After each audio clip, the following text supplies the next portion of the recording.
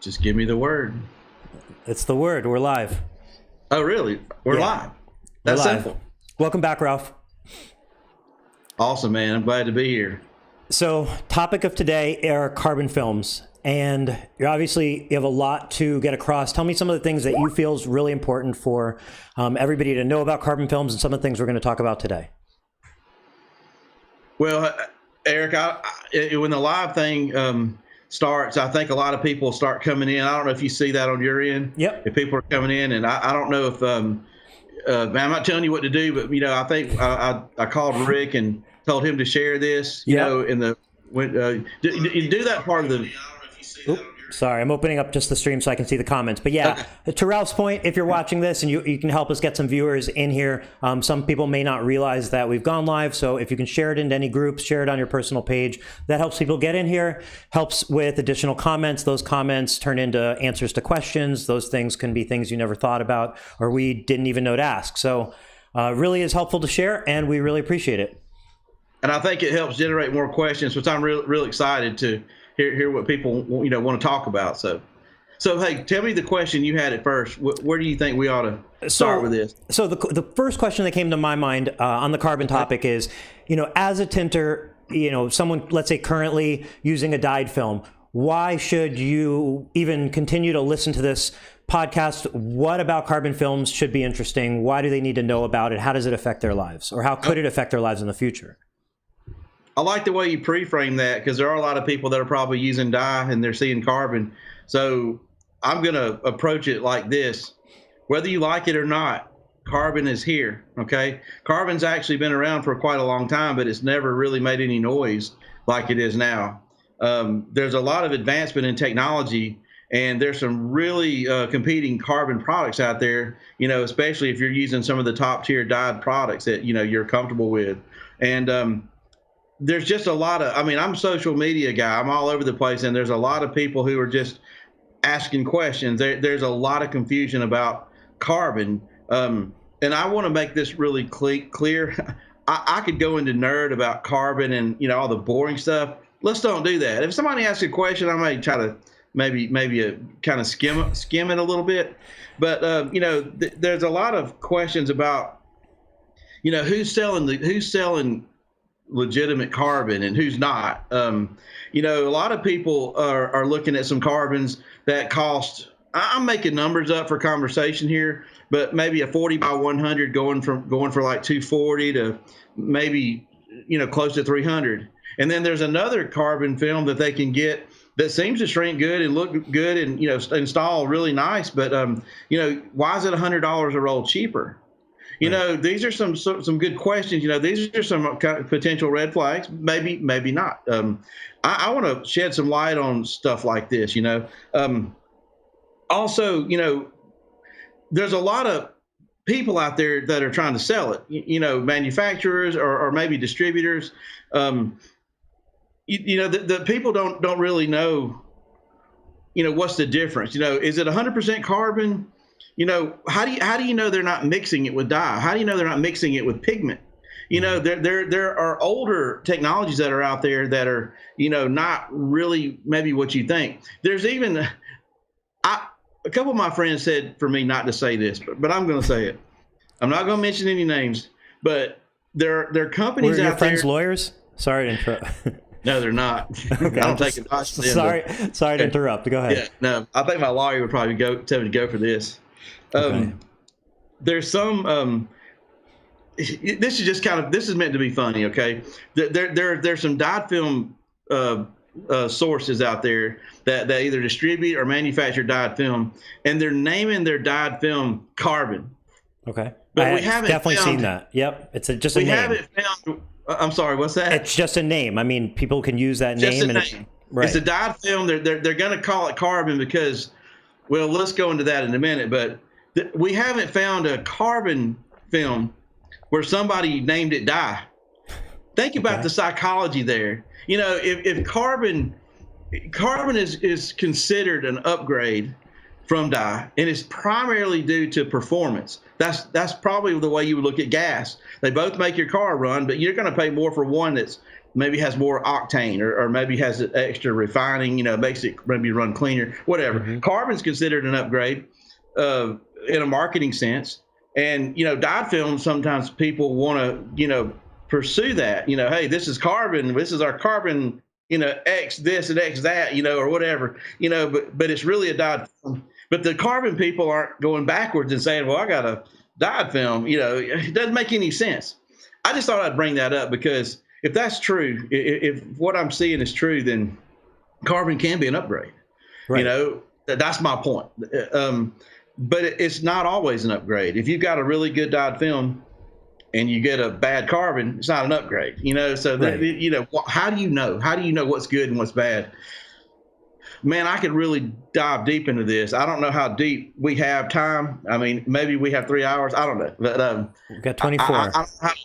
What's that? 24 hours till the next, till we got to go. Or my computer shuts down or something.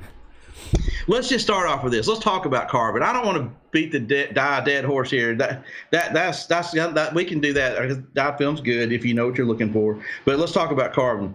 Okay, a lot of times, it's kind of interesting to me because if we're going to buy a carbon film from somebody, okay, why don't we learn what questions to ask? Okay, that's where we need to start with. For sure. The person on the other end is either going to answer the questions or they're not. If I were trying to buy a car and I said, I want to come down there and buy that truck, I really decided that I want this Chevrolet, but I got to know, is it have cloth seats or leather? And they said, well, we can't tell you that, or we don't know. I mean, we got a problem. I may not go buy that truck if I don't know. I mean, you got to answer some basic questions. What size engine's in it? How many cylinders does it have? I don't know why we don't have the same mentality. You're trying to sell me a carbon film. I want to know, is it 100% carbon? I want to know, is it mixed with anything? Is there any dyes or is there any pigments? I want to know more about the construction of the film. What's the source of the film? The reason the reason one would want to know if there's any dyes in the film. That would be because all dyes fade eventually, and you'd want to know, is this carbon film going to fade? Or if it's 100% carbon, then it can't fade. Is that correct? Yeah, listen, I like the way you said that, because the assumption on the street is that if the film has dye in it, that it's going to fade and change colors. But if I were trying to sell my carbon against the competitor across town, I need that assumption to be on the table. It's not my job to explain what my competitor's trying to sell. It's my job to tell them how wonderful carbon is. But we're on a video, we're live, we're among other peers of ours, so we're going to educate each other, okay? There are dyes out there that are as good from a color stability perspective, fade and color change, as carbon. Carbon itself, is stable. It doesn't fade. It doesn't change colors. That's the beauty of it. It's insoluble. Dye can be soluble. But, I was reading up on some science. See, there's some companies out there that can deep dye polyester, and they've done it, and they've proven that they can do it very well. I mean, they got it where it doesn't fade anymore. Let's just say it doesn't fade significantly. You can't even tell. And It doesn't change colors. Now, I'm not a scientist. I don't know how they do it. I can read science journals, and I can read Google. I mean, that's my science journal. And I got a little note here. Dye can be insoluble. Dye is soluble, but dye can be insoluble by adding salt.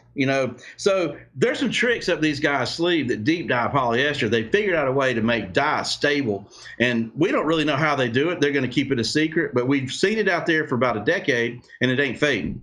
So wow, that's pretty cool. So let's go back to dye for a second. If we're using a dyed film and we have that level of technology, then we really can't use that against the dyed film people. Like, hey, our film's carbon, and you're using dye, therefore your film's going to fade or change colors. That is not true, okay, in a lot of cases. I just want to point that out. But on the battlefield, I'm not going to play fair. I'm going to say, this guy across town's using dye. We're concerned about fading color change. So number one thing about carbon film the first thing at least we touched on is that, for all the shops looking to differentiate themselves from the low ballers in the area, maybe you're at 150, 160 a car and you're going, man, there's this guy down the street doing 110 a car. one of the ways you can set yourself apart is, hey, we're using a carbon film, they're using a dyed film, and let either the imagination or your sales pitch do the rest. So right off the bat, reason to want to know about carbon film and potentially want to carry carbon film is to be a separator. It's, it's almost undebatable. It's almost undebatable to you can't deny that carbon is a buzzword within itself. And it's a very marketable buzzword. It gives you a bigger sword sometimes if you use it correctly against the dyed film guys, if you're trying to push a carbon against dyed film.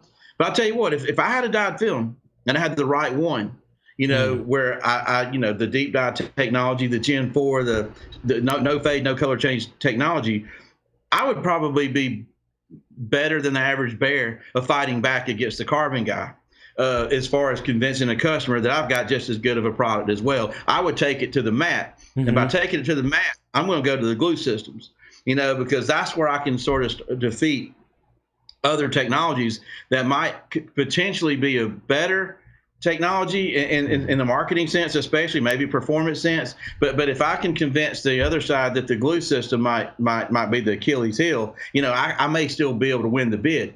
Now just remember, I sell dyed film and I sell carbon film, so I'm giving you guys ideas on both sides. Okay, I'm not really cheering for one or the other. This is a carbon topic, so I'm going to be more pro carbon for the video, than I am dye, because that's what we're doing. So let's talk about some stuff here. We definitely, the word carbon, everybody's got something going on in their mind. Let's just go over some questions I've written some down. Okay. Sometimes people don't really know, well, in my carbon film, where is the carbon? Where does it, how do they put it in there? And we're hearing this term called nano. Okay. Nano is another buzzword. You start throwing nano on the table, you start throwing carbon on the table, you throw ceramic in there. Man, you're like, whoa, this guy's got some words. What's he got here? Let's start with nano. Okay, I gotta clear some things up so we can move forward in this conversation. People don't. If you ask most tenders, what does nano mean? They can't tell you. I couldn't tell you that long ago. Nano is short for nanometer. Mm-hmm. Nanometer is an increment of measurement. It's a nano itself means 1 billionth, not 1 millionth, but 1 billionth. A nanometer would be maybe an increment of measurement that we can measure the width of a molecule with. So when we use the word nanometer, we're going to shorten it to nano, and we're referring to the particle technology that lives in the film, because it's nanoparticles, because they're small particles. They're 1 billionth of something. Okay, that's what's going on. Mm-hmm. And carbon is a particle technology. So if we take carbon and we heat it up and make it turn into a gas, or we pulverize it into little particles, or there's lots of ways they can get those the carbon on what they call nanoscale, where the particles are really small, and they can implement it into the construction of the film. Now there's a lot of complications with carbon that over the years we've had to work through. It would be that on nanoscale, a lot of the times the carbon was turned into an ucky brown color. Everybody thinks carbon's black, but on nanoscale, it just had a brown look the way most of these guys are doing this. So they've had to figure out a way to get it to merge more into a beautiful color that matches factory tint. And I believe they've used different types of carbon. We got pencil lead out there. You got stuff that comes out of your tailpipe. You've got diamonds. Right. I think there's about 13 different carbons. Don't quote me on that. I'm not the science guy. So if I could just interrupt you for a second. So I guess we got talking about like nano and so on and like where the carbon exists in the film. I guess to me, that starts to get technical. I know that might not be technical to you, but to me, I guess once we start talking about like how the carbon gets in the film and so on, I feel like in my years of window film, being consumer facing, I've never really had to get into that. And we primarily sold ceramic films. It was primarily flat glass, automotive too, but it was always ceramic. I never really had to explain how the ceramic got into the film. I just needed to understand why the ceramic was better for the customer. And then as a shop, if we're relating this to carbon, I would want to know, hey, what are the downsides of carbon? Why am I going to make a switch if there's already dyed options and ceramic options. Where does carbon fit into that? And then, we did start already to touch on, hey, well, with dye, you're selling a dye product. Maybe we could call them equal, but it's going to be perceived at least as an upgrade. Yeah. I tell you what, I appreciate you reeling me in, because I made a promise that I wouldn't get technical, and I started getting down that road. I thank you for that. I don't mean to interrupt. I want to back up and punt on this one, because you really helped me here. Okay. We don't need to get technical, but we do need to recognize that the dyed film guys, if there is such a thing with our competitors and we're selling carbon, might bring up some weaknesses in carbon they've seen in the past. Carbon films can appear to change to brown. There's a reason for that. Okay, but not all carbons will change to brown. Carbons will have a low angle haze. That means they look kind of cloudy or milky when you install them, and they look different from the rear windows on the factory tint job that you're trying to match. I can go on and on about some problems that, we've seen in the past with carbon that, and we could go into the science side of it and say why they exist if all we want. Is this the fact with the current best carbons that you offer? Do they turn brown? Is there low angle haze? Can any of things happen, or is that only old technology or cheaper technology? The products I sold 10 years ago, no, 8 today. years ago, forget about 10 years ago. Today, could do crazy stuff, but now, no way. Okay. And it's real simple, because if you had, I'm not going technical, I'm going to go little just on the surface here. If you have a carbon technology and it's an ugly brown, and you don't have the ability to make it a better color, you can add dye to it, or you can add pigment to it to manipulate the color to where you want it. Right. So when you put it on a car, your carbon doesn't fade. Okay, it's just brown.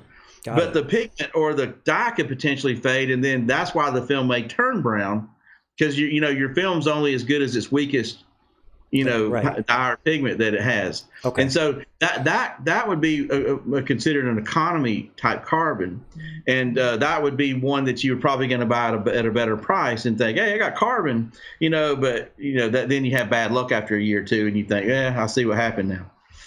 That's what I was trying to do. Now I could go deeper into why these films do that, but I don't want to do that right now. Let somebody ask. I don't think that's important, for this video.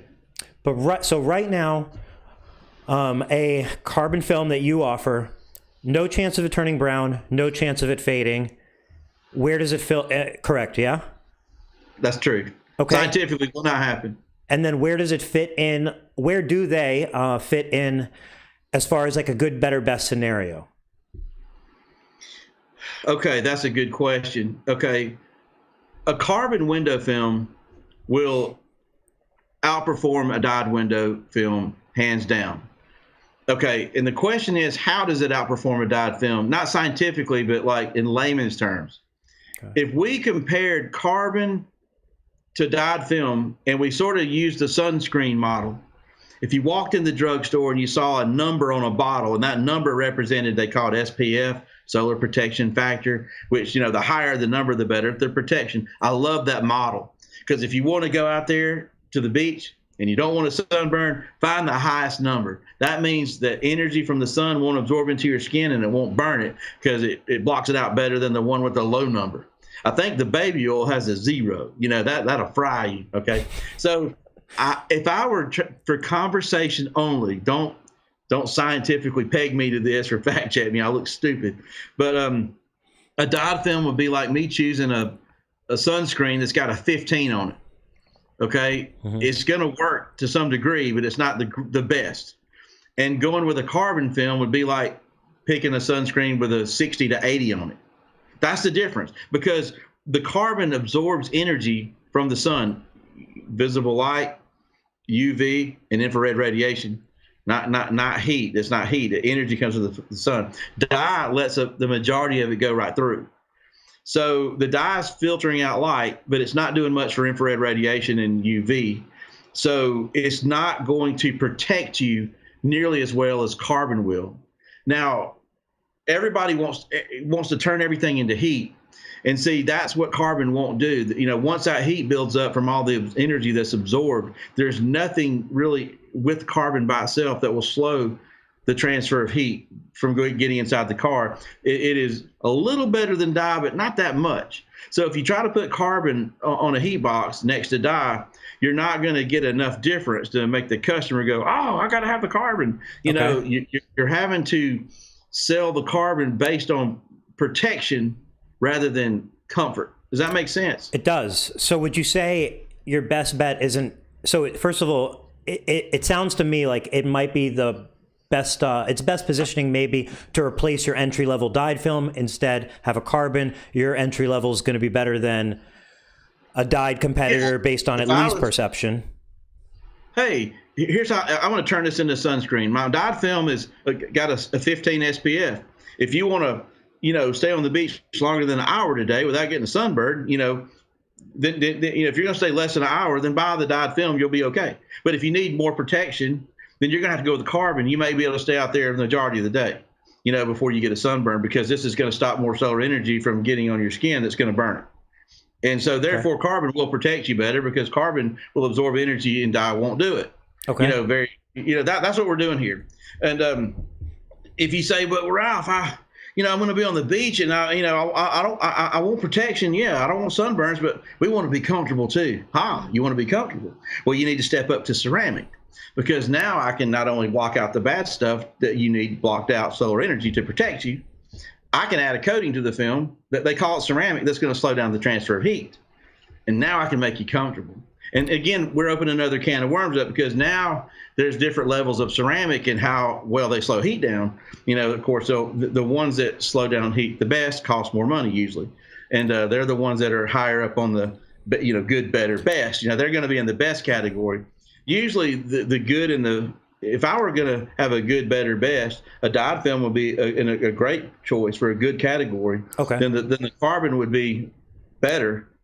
And I would try to explain to the customer that the difference between these two technologies is protection. You just get moderate, just good protection. I don't like talking bad about anything I'm trying to sell. I say you get some respectable protection out of dye, but you're going to get better protection out of carbon, because it just stops the bad stuff from getting on your skin or your interior and things like that. Okay. That's how I approach it. Okay. Now, oh, go ahead. Yeah. Oh, I was going to say we could start jumping into some questions that are in the chat, but you could. Let me address something else. You know, sure. I've noticed that if you get a film that's got comes from the proper origin, maybe where carbon originated, people who have been doing carbon technology for the longest time, you're getting like weatherable polyesters. You're not getting any corners cut. There's no pigments added. There's no dye added. Okay, good glue systems and things like that. You're going to pay, whether you like it or not, around $250. For a 40 by 100 foot roll. You might get a little cheaper, you might get it more expensive, but that's going to be your price point, for a pretty good carbon film. You're not going to cheat that. If you get a film 40 by 100 and you're paying $100 less or more, okay, it's either economy, that means they're adding some pigment or carbon or dye to it, or it's coming from China.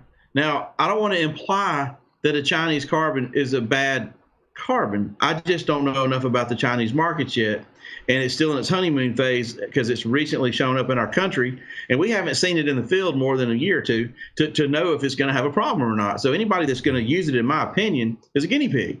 Right. If I were to go buy carbon from China, which I could sell it for $100 a roll cheaper, but why would I want to buy something that I haven't seen in the field and potentially ruin the reputation of my company and go down the drain? I don't take those chances. I can't afford it.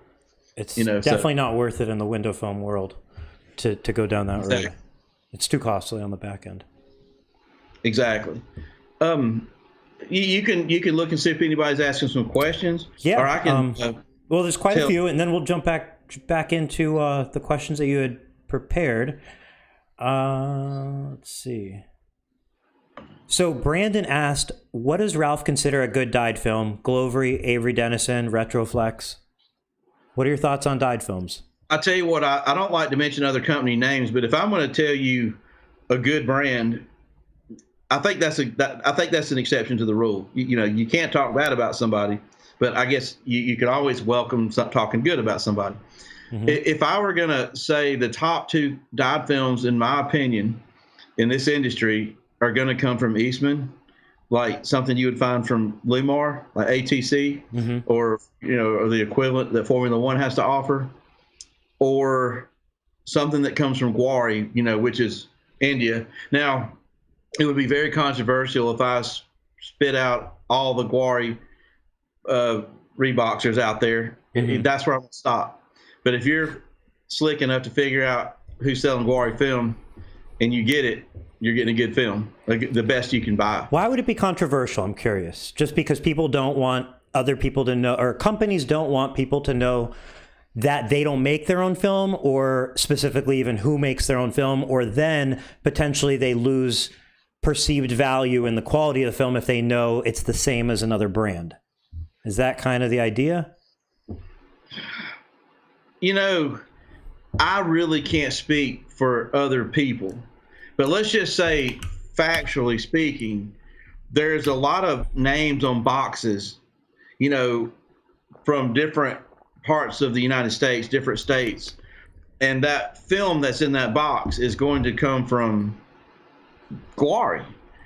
But the people who are selling it, if you ask them, where is it made? They will say, we have it made to our specifications, but we can't tell you where it's made because it is a secret, because that's the way they chose to run their business model.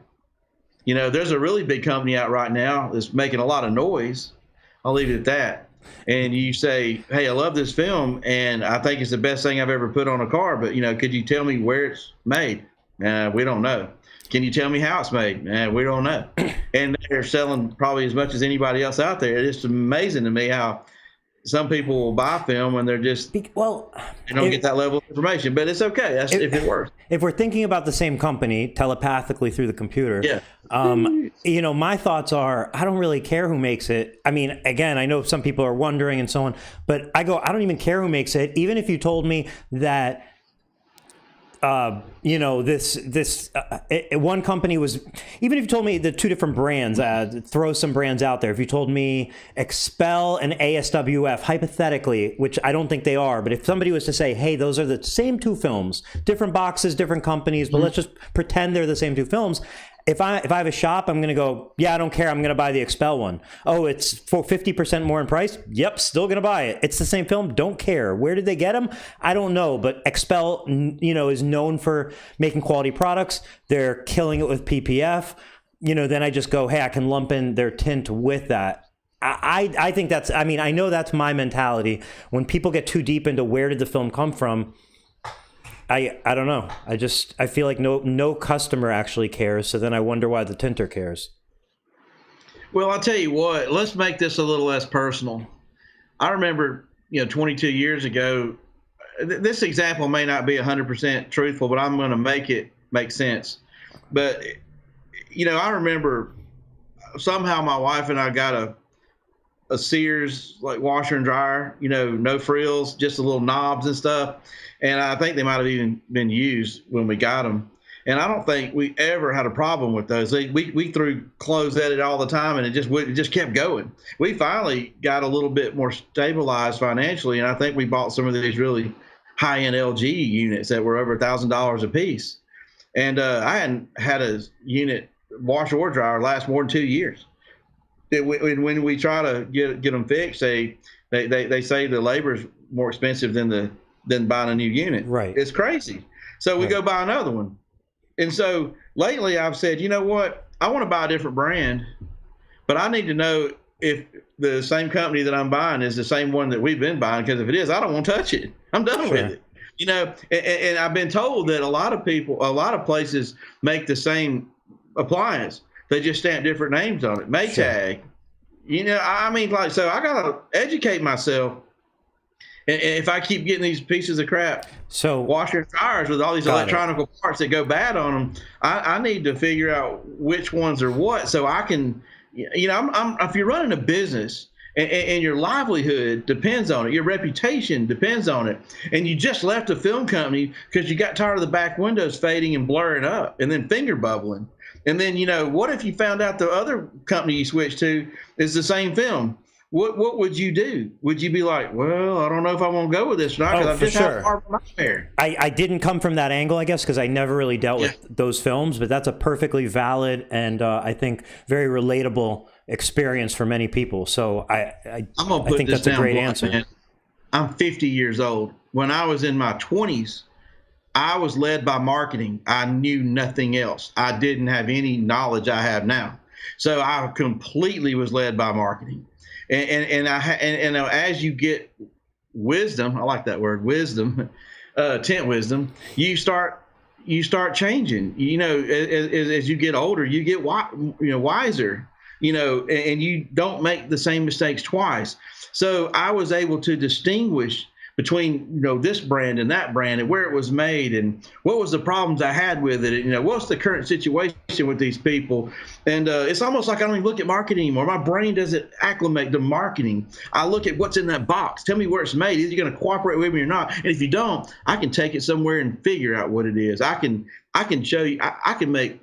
One of these days, I'm going to make videos on what you can do in the shop. You've seen me take dyed films and soak them in MEK, methyl ethyl ketone, and bleed the dye out. So if somebody says, there's no dye in our film, well, if I can bleed it out, then there it is, buddy. So let me ask you this. Did you ever think, or would this be a feasible thing to have like a display setup that's the foundation or basically like your video with two different jars, and you could say dyed film, carbon film, and your entry level could be carbon, and you could say, hey, this is why you don't want to go with dyed film because you might be getting a dyed film that this could have, you could see what happens to dye. Dye soluble, it'll dissolve. But and I can bleed it out with solvent. Could you make a demo like that and leave it there for months and months, or would eventually the film disappear in the jar? Man, I invented that demo. That's what I mean. That's what I'm saying. Is that why isn't that a demo that shops might use? Because if I'm one of those people who's saying, hey, people down the street are killing me with price, or I want to it's just even from an upsell just to get people to go to better quality. A lot of my customers have those jars on the counter, and they've got one that's the dye's bleeding out. It looks like grape Kool-Aid, and the other one's clear. And they're like, listen, these dyed films, this is what we soaked it in this. We soaked ours in this, and which one would you want on your car? The one that's got the dye in it's the most unstable, and it could fade, change colors. All you're trying to do is win. You're trying to win. You're trying to convince a customer to go with the carbon rather than a dye. You're trying to get the customer to go with you rather than the guy across town. And see, that's where these dyed film guys are going to feel more and more pressure when more and more carbon technology shows up on the market, and the people selling it are getting savvy. They're using demonstrations like this. They're able to articulate, maybe even with meters, that this one does better, to protect you, and it's just making the dyed film guys have to work now, because it's not all about how it shrinks anymore. And where your film rep takes you twice a year to get you drunk, you're going to have to get on your toes a little bit, and that's kind of what's happening right now. I gotcha. So Mike Powell said, price points, reliability, rep support, branding is key. I sell myself to my clients, and I know I'm backed by a great quality film. Film brand isn't a sell point to my customers because they know I stand behind them and my work. Yeah, I mean, the more you can brand your own company, obviously, like Mike's saying, the better. And I think more and more rep support is key. If we could touch on that, I know this is all about carbon, but I'm just curious on your end, what is an experience for, let's say, buying the film like as a window tinter, buying from Flexfilm versus, I guess the traditional way? And what is support like? I know you have online sales. Do dealers also purchase their film online primarily? Do they call them in? Is it both? For me, we've opened up two avenues. You can call into our business, and you can talk to a live salesperson there to help you, and we'll get to know you and learn your habits and probably facilitate any kind of order you want to make. And we've also opened it up to where you can go online 24 hours, 7 days a week and place your order.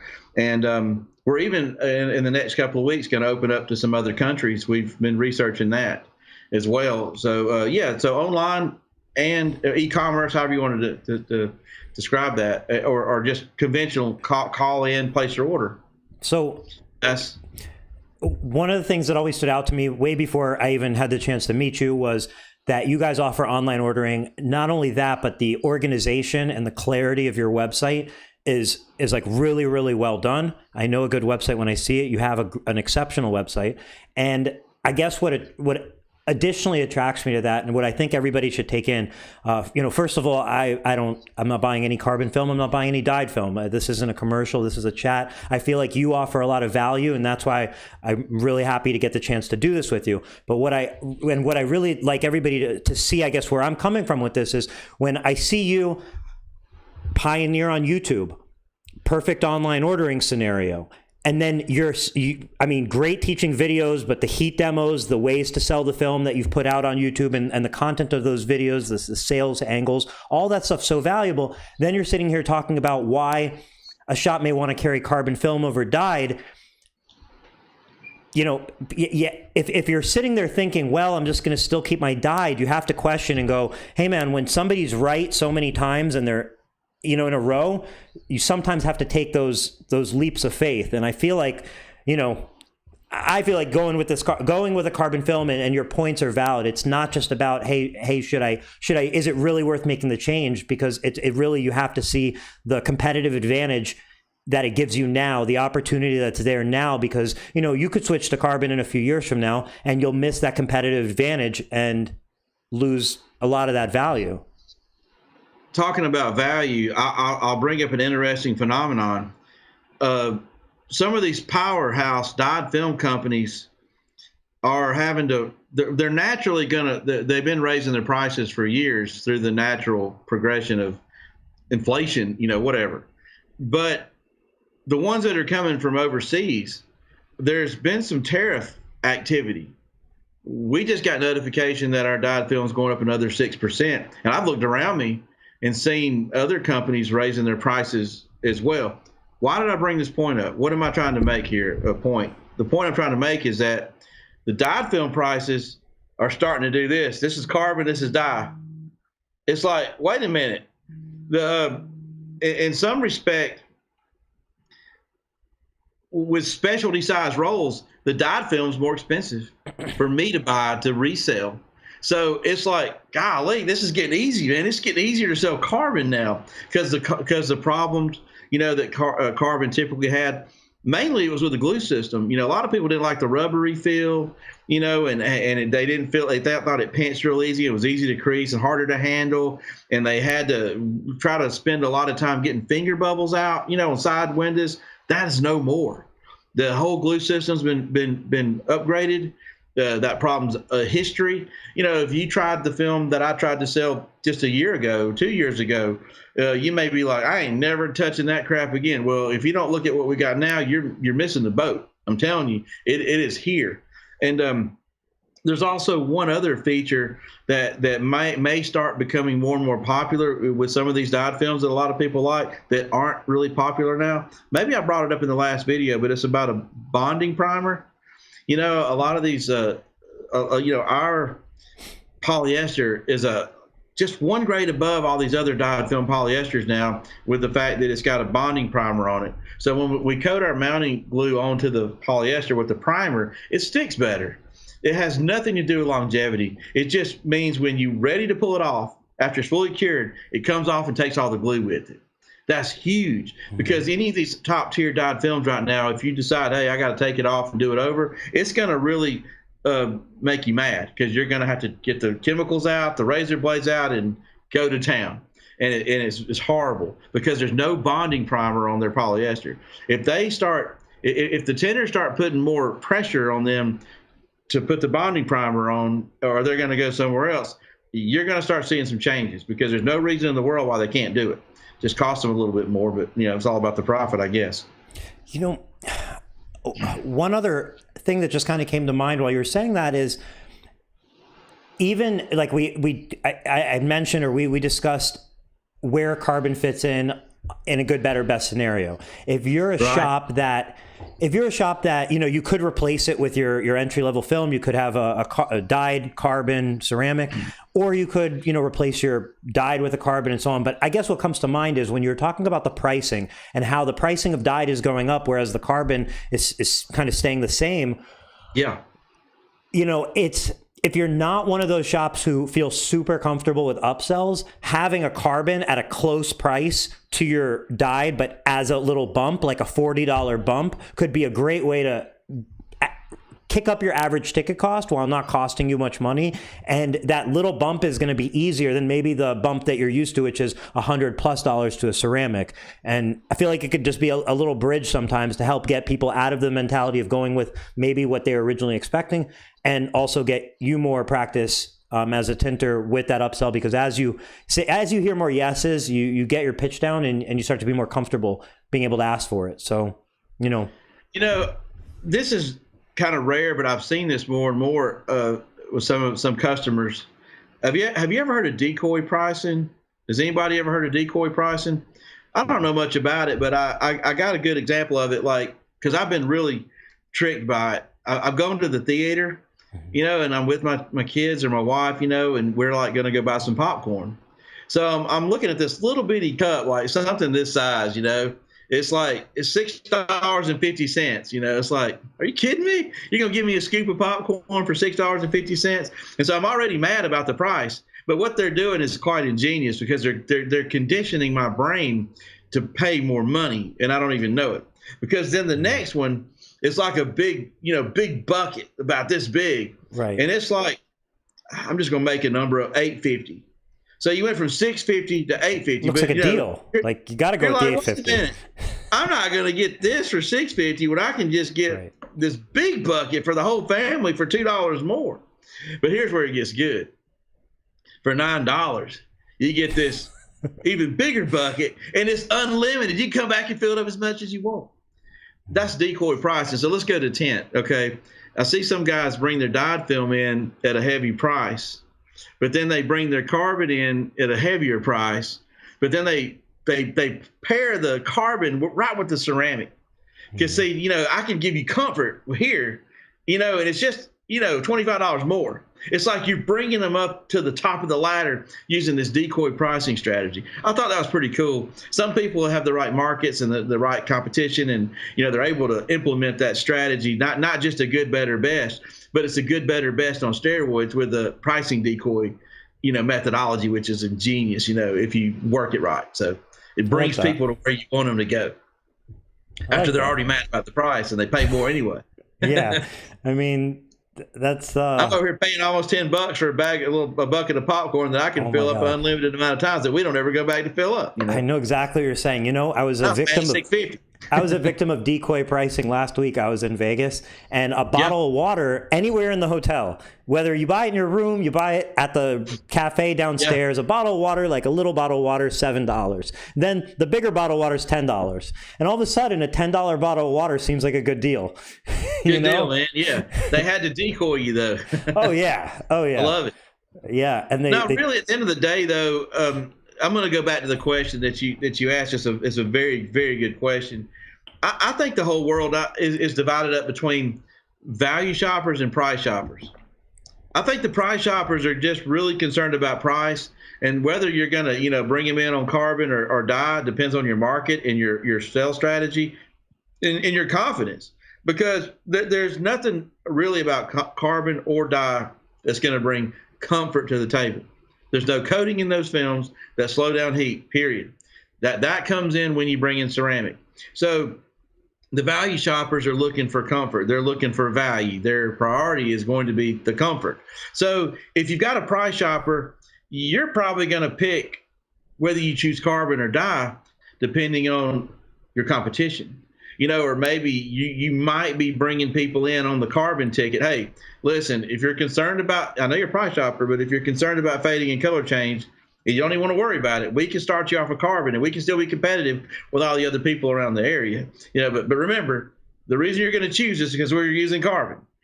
Sometimes you got to have an anchor to bring them in. And carbon is that marketing anchor that you need. But if you bring them on in and you discover they're value shoppers, you're showing them a heat lamp, you're showing them ceramic, you're showing them comfort, boom, you're not dealing with a price shopper anymore. You're just going to bring them on up to the top of the ladder, and you're talking about ceramic now. So that makes sense. That's how you would answer it. I think that would distinguish whether I'm going to buy dye or carbon now. In the past, in the not so distant past, a lot of people would be like, I'm going to choose dye because I can just shrink it better.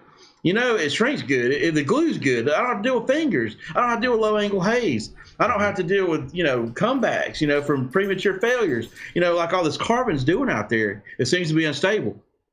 Not anymore. That's not a problem anymore. It is with the wrong carbon, but not with what we sell. It is with the wrong ceramic, too. It is with any wrong film. Exactly. So, but if you know what you're buying, the carbon technology is to a level now. It exists in multiple places in our industry where you can, now not run from it because of past reasons. That's all I'm trying to say. Got it. If you know what you're buying. Got it.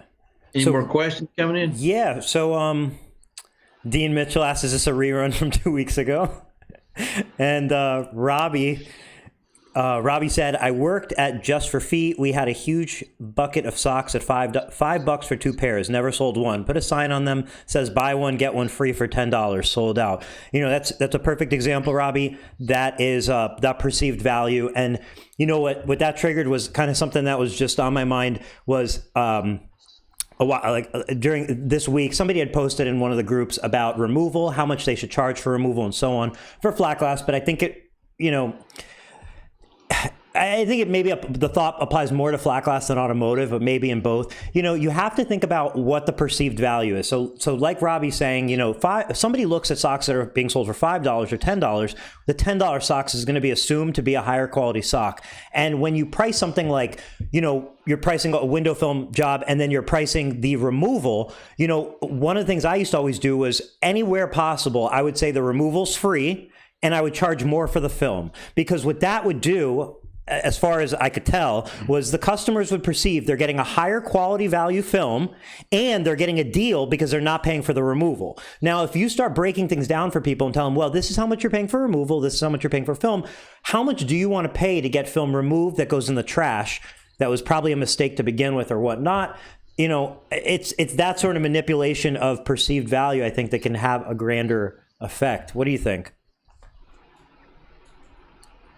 Who are you asking, me or the? I'm asking you. Oh, sorry, I'm asking you. If that, I know is a little out there, but as far as like charging for removal or sometimes using perceived value, as a way to charge a little more for the film and charge a little less for other things. Like you throw in an eyebrow strip that's normally $45, but maybe you're a little higher on the window film. I think people say, wow, I'm getting a deal over here and I'm getting a higher quality film over here. At the end of the day, price does come with perceived value in everything. If you see a menu and it has a $150 steak, you assume, wow, this steak must be out of this world. If the steak's $19 and it's unlimited, it's got to be a piece of crap. When you asked me that question, my brain went in a million different directions, and it's kind of confusing to me. But I like to listen to people and how they approach stripping a car.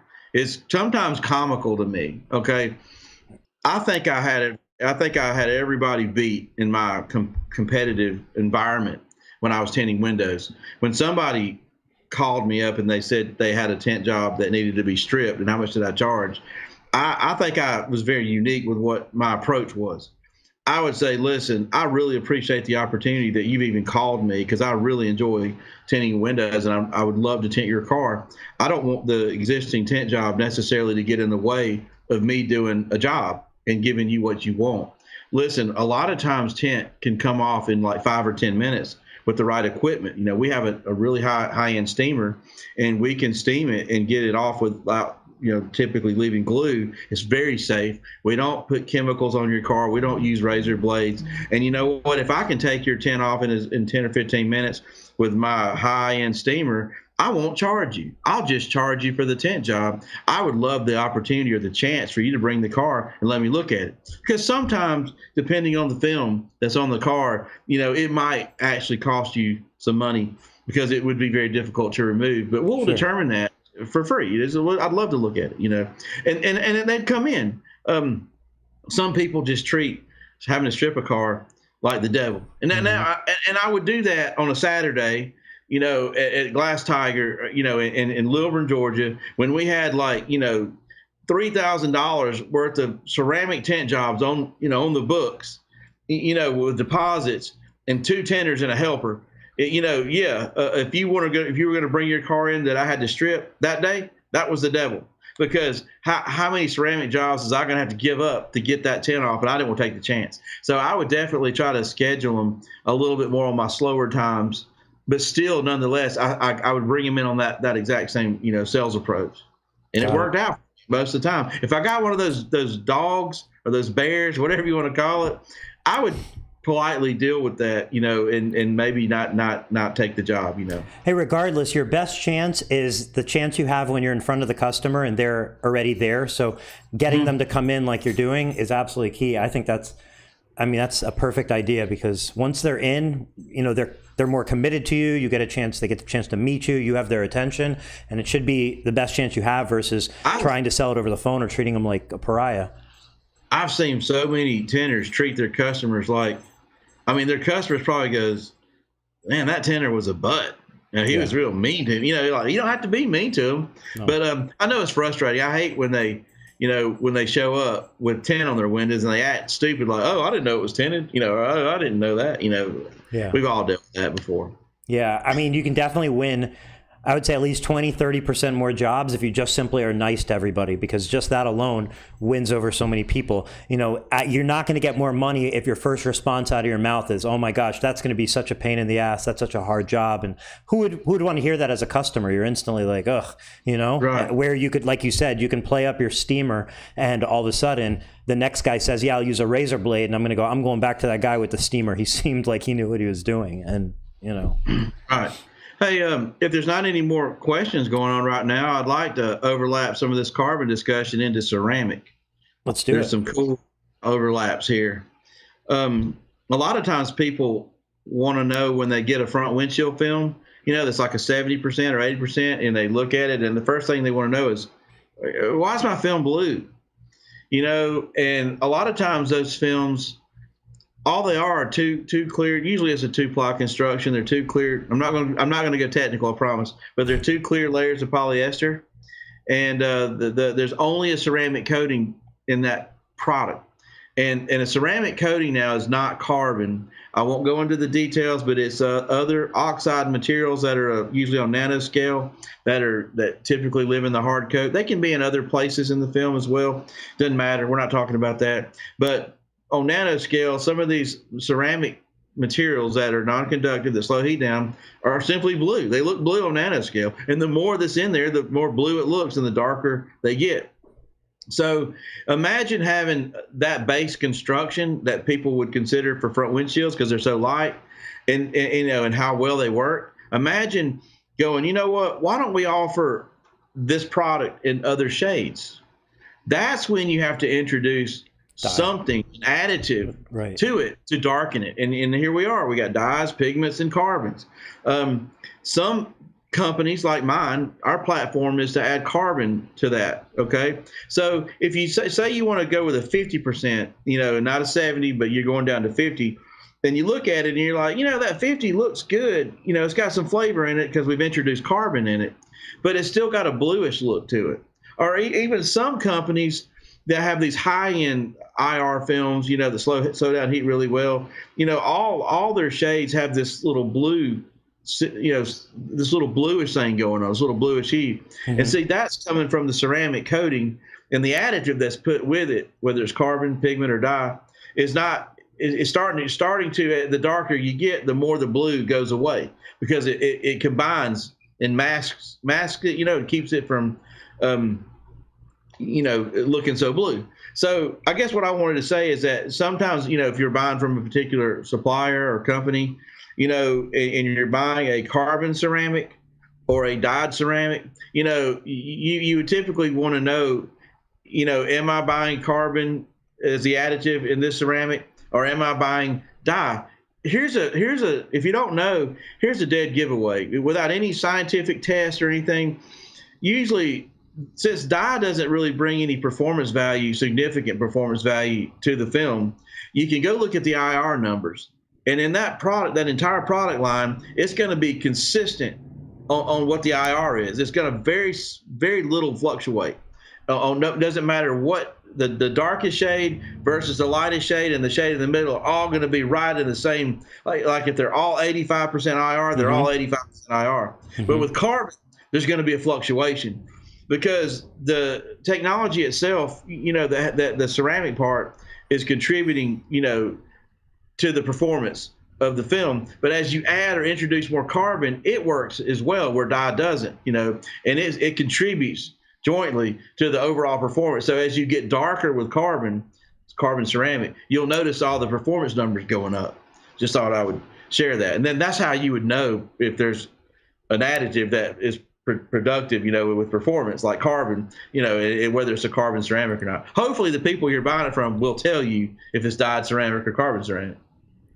But you'll notice that characteristic. So Matt Sand here from Naples Tint, he put up a thread a couple days ago that he was testing every single film. And I saw in the comments, he mentioned one of your films. I don't remember which one was one of the best he's tested so far. And he was testing like 100 films or something like that. It was something crazy. Did you get a chance to speak with him? No, I was I'm always excited to see somebody being proactive with trying to test films. I was like very respectful to that gentleman because I'm like, yeah, it's like what I would do. But and I don't mean this in any derogatory way, but I was without trying to stir up. You got to be careful. I don't like stirring up trouble. And I didn't want to question him or but I would like to know what type of testing that he's doing. Because a lot of times, and I'm not talking about this guy, I'm talking about just customers in general will call up and say, yeah, I've tested this film and I've tested that film and I'm going to test yours. And I mean, my first question, and I don't mean to sound hard to deal with, I'm like, how you going to test it? What you testing for? What do you, it's amazing to me what they'll say. And it's just, I'll just leave it at this. I'm not talking about this gentleman that we're talking about by name, but a lot of window tinters, not all of them, don't really test them correctly. They miss stuff. Like maybe they're testing it, for example, maybe they're going to test the film based on the specs that are published by the people trying to sell the film. Well, if there's no standard to go by, that test may not really give you the results that give you the information that you're looking for if you don't understand how the film is tested. You see what I'm saying? Yeah. So I'm always curious about how'd you test the film, and I get all kinds of answers, but some answers are a little more legitimate in what they're doing to get information, and some aren't, but the question is, how are you testing the film? I'd love to know what you're testing for, what you're doing, and why do you feel like those are giving you, why do you base your buying decisions on that particular test? You may be shocked to know that test is not really giving you accurate information. It may be giving you accurate information. Depends on what the test is. Sure, and that's actually why I asked, because I was curious to know how he's testing them. I could obviously ask him, but I just didn't know if maybe he had reached out to you or you reached out to him. What would you say? If it's me and I'm testing films, if I could test for longevity, like durability of the film, I would test that, but I don't really know how to test that personally, other than putting it outside or something for a long time, or in a chemical, I guess, like you said. But I guess my number one thought would be I'd want to test which one's going to block the most heat, especially if I'm like him and I'm in Florida or in another hot state. So if somebody wants to test a film for heat, would it be a heat box with two types of films and a heat sheet, see which one gets shows heat first? And then is there any other ways that you would recommend a tinter that wants to dig in and test a film? I think you're on the right track. Let me just turn the knob a little bit. Instead of testing with heat, the question is, instead of going from this angle, going this way, let's go from here and go backwards. Okay. Let's don't worry about how we test the film. Let's decide what we're going to test. Are we going to test the glue? Are we going to test the dye? Are we going to test the UV protection? It depends on what we're testing for. Just like, if you watch the crime shows, it's like we're going to try to test this fingerprint to see whose it matches, or we're going to test the DNA to see whose it is, and then you go backwards, and then they talk about we're using luminol, we're going to spray it all over the place and find out where the blood was. They know what they're testing for, therefore they know how to test for that. So let's start at a lot of misconception here on this one. I can go down the line here, but if you want to put it in an accelerated weatherable machine, xenon, QUV, there's all kinds of accelerated weatherable testing machines that you can put the film in and let it cook, so to speak, with these lights that resemble what comes from the sun, and maybe even put humidity in it, things like that. But really the only data you'll get from a machine like that would be fade and color change. So you hear about people saying, I had a carbon film that we put in there for 500 hours or 1,500 hours. Usually the first benchmark is 500 hours. The next benchmark is 1,000. And then the most you ever see people test is 1,500. Occasionally you'll hear about somebody trying to leave them in there for 5,000 hours. That's a long time. So if somebody said, we had a carbon film and we put it in this testing model, weatherable testing model, and it stayed 5,000 hours and it didn't flinch. Okay, so you're telling me that your film's 100% carbon, and you blasted it with some xenon bulbs which resemble similarities with the sun, and it didn't fade. Okay, I'm not surprised. It's carbon, right? Okay, you're not going to get carbon to fade. But let's say, well, what about the glue? Well, that model doesn't test glue. You can't get accurate results from an accelerated weatherable machine to test the longevity of glue. To my knowledge, it's not really a foolproof way to test glue. And that's the Achilles heel on most films. And you hit the nail on the head, probably didn't know it, is that you said, how do you test for some of these films? You just put them outside for a long period of time. The answer to that is yes. That's the best way. And I always try to preach or tell people, if you really want to have the confidence of the film that you're buying is going to be a good product, go buy a film that's been in the market for 5 years. And it's been sold in all 50 states. And look around, look on social media, call the company, say, hey, have you had any failures? And again, I'll go ahead and bring a name into this. Global, okay? Global Film has been around for a long time, and it's been in the market, and a lot of people buy it. And aren't you just waiting to see somebody post a failure where it fades, changed colors, or has some glue-related issue? I hadn't seen it. Have you? No. I see the opposite. Only good things to say. If I were going to buy a dyed film, and I were looking at different brands, I would look at Global. Like, hey, this film's got a history.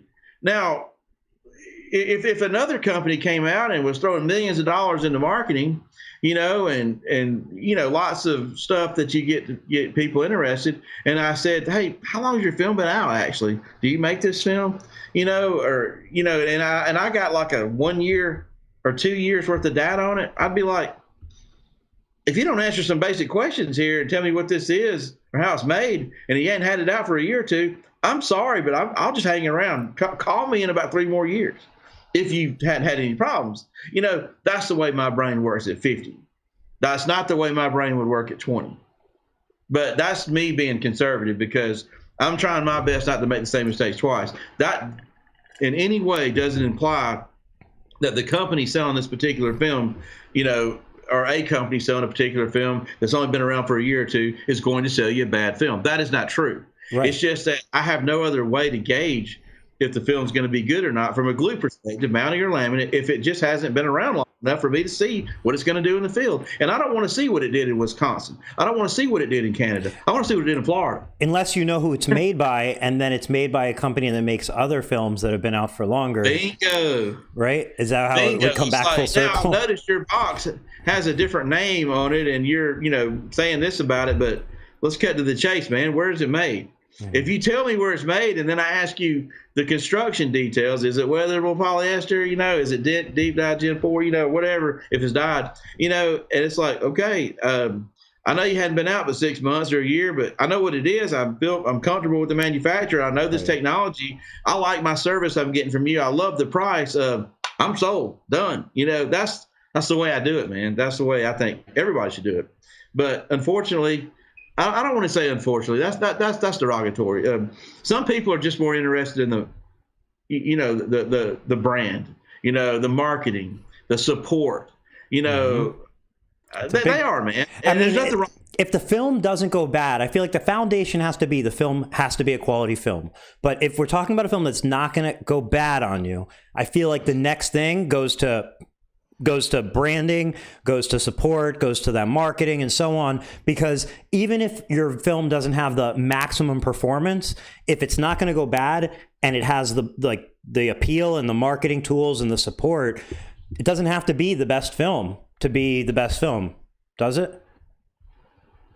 No, listen, I would say the number one film company in the world, in my opinion, has a great product, but they don't have the best product.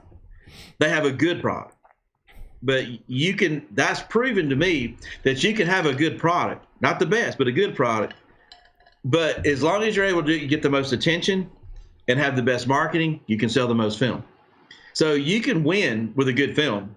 You don't have to have the best film to win. You can win with a good film if you can back it up with a good marketing plan, because a lot of people you'll win them over with a good marketing strategy.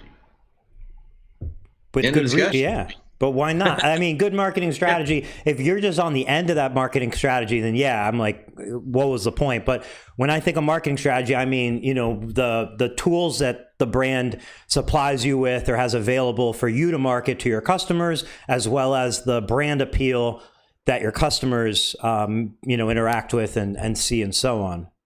Right? Because if you're just being marketed to, then for sure that sucks. But if they're good at marketing to your customer, enabling you to market to the end consumer, then that's incredible and a huge value. Absolutely. Marketing separates the men from the boys. It really does. People that have a lot of money, good marketing are going to sell the most film, period. And all they got to do is have a good product. They don't have to have the best product. On a one-on-one street game, my tent shop against theirs, I don't worry about the big brands. I can outsell any of them if I need to.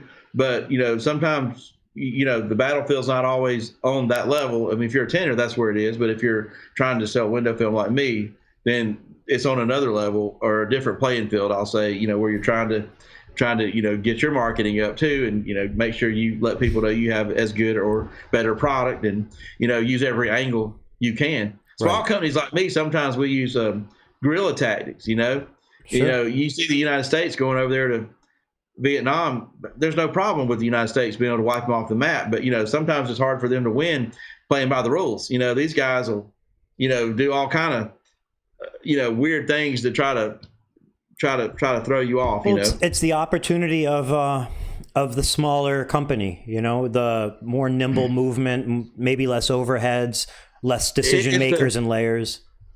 I don't know if I phrased this right, but the number one guy never talks about the number two guy, but the number two guy has free reign to do what he wants. Like Pepsi can always compare and do the taste test with Coke, but Coke's never going to do the taste test with Pepsi. They're number one. They don't have to.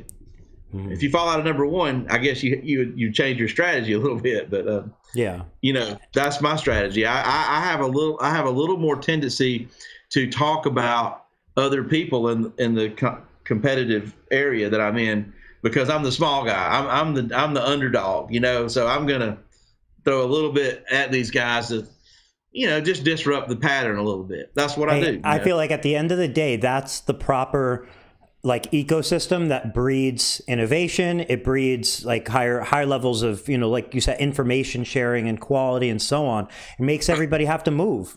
You have to have those opposing sides pulling at each other to go anywhere. So, I'll say this. I'm going to say this because I feel good about saying this. In the very beginning, almost 10 years ago, maybe eight to 10 years ago, I would get my ceramic film and I would go to a Lumar dealer and I would go in there and say, I'd like to see if you guys would be interested in buying film from me. I'm Flexfilm. Huh?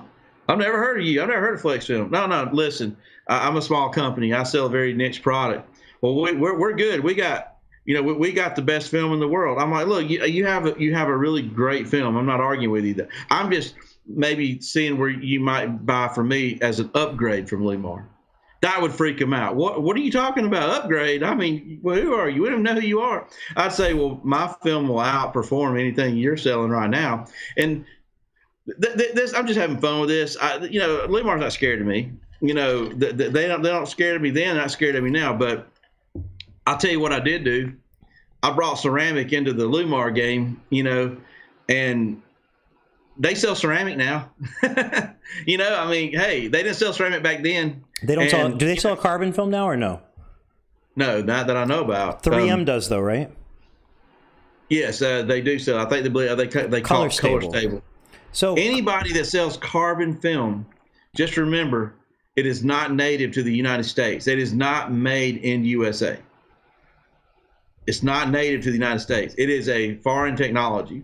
So if somebody sells a true carbon film, it did not originate here in the United States. It may have some connections to the United States at this point. Unless there's something I don't know, I've never seen any made in USA carbon film. I've seen plenty of carbon films that emerged from the USA, but they're dyed with a name. So there's one I can think of in particular that's got the carbon name, but it's mainly a dyed film with just a little bit of carbon in it. But who? That's it was who? I'll tell you, Suntech. Got it. Just curious. Used to drive me crazy. I used the film. Listen, I bought thousands of dollars worth of that film, and Suntech carbon. I loved it. Okay, not talking bad about it, but I would call them and beg them to tell me, is there carbon in this film? I couldn't get straight answers. Sometimes they would say no. Sometimes they would say yes. Most of the time they would say yes. And well, now I know the story. I know the details. It's got a little bit of carbon in the laminate layer of adhesive, and it's also got some in the hard coat. And by the way, it's a patent. It's public information. Maybe they don't like me sharing it, but you can go see it yourself if you want to look up the patent. I might even throw a link in here at the end of this thing if I can find it. But the carbon was actually, this is my opinion, okay? Consider what I'm telling you hearsay, because nobody shared any magic secrets with me, but I'm going to use some common sense to come up with my opinion that could be that's hearsay. But back when the carbon came out from Suntech, they really had a pretty cool mousetrap back then, because we didn't have deep dye Gen 4 at the time, so the most stable dye that existed at the time was Gen 3. But Gen 3 had some instability to it. It would fade a little bit and so slightly change colors. So I believe they figured out a way to stabilize Gen 3 by substituting some of the dye they would use with carbon. So they put a little bit of carbon in the hard coat, and they put it in the laminate layer adhesive. Not trying to go nerd on you, but they offset how much dye they needed now, maybe by half.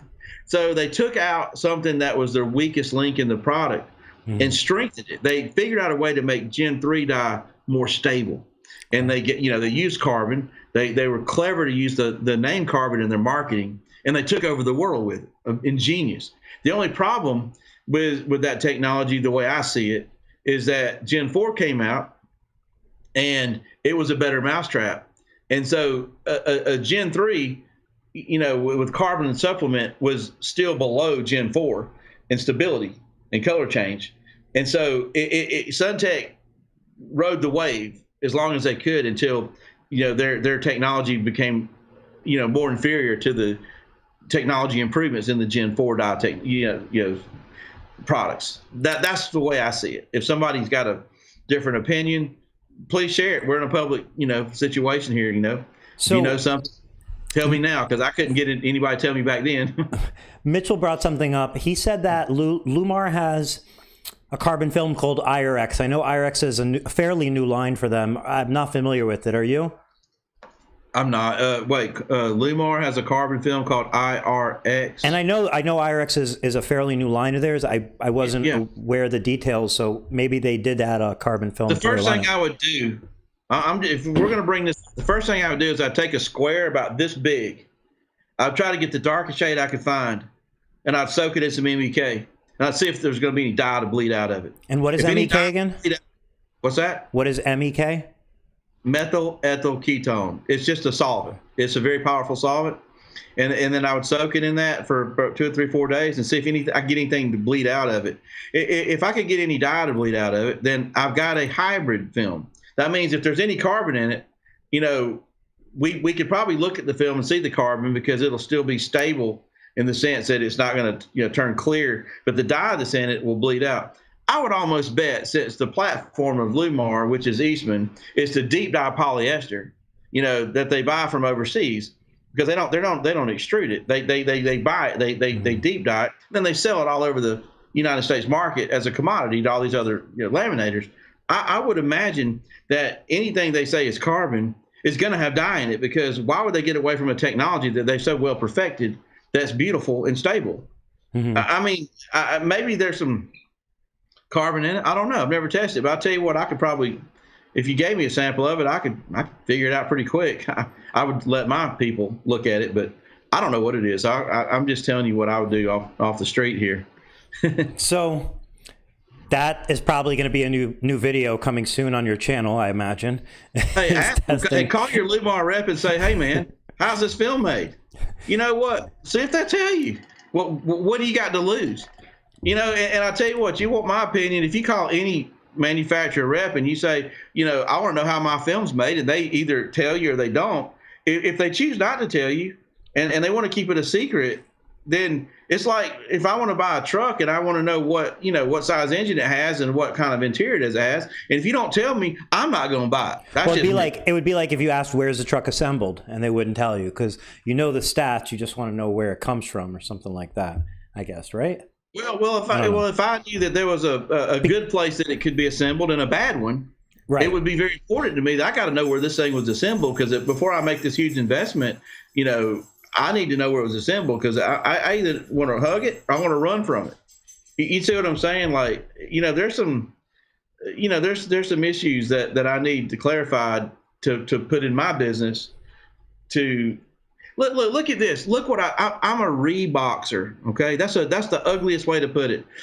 We prefer to be private label distributors. That's a nice way to put it. But if you buy film from Flexfilm, I'm an advocate for you. Okay, you depend on me to make good deals. You depend on me, yep, to buy something that I know will stand the test of time and not cause you any trouble. Now we're partners. We're a team. If I make a bad decision, I may only get one chance. One chance. If I screw you over, you have a problem, you're done. You're out. It's imperative for me to give you a good film, because my family depends on it. If I can't do that, I'm out. I'm done. I lose you. So, I have to ask questions. I have to get answers. I can't take their word for it. If they tell me, well, we can't tell you if it's got any dye in it. Well, give me some MEK quick. I can do this myself real quick. Is the MEK something people can do at home? Go to Home Depot. But is it something like they're going to die from being in the same room as it? Or like, is it? No, I've got some. I don't know. I'm just asking, just in case. Okay. Yeah. Okay. Let me show you. It's not super like,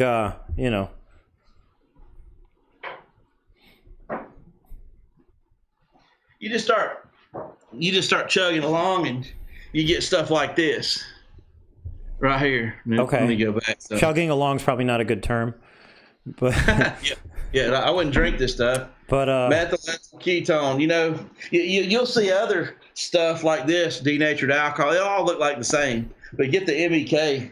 Okay. Stan Foster asked QDP.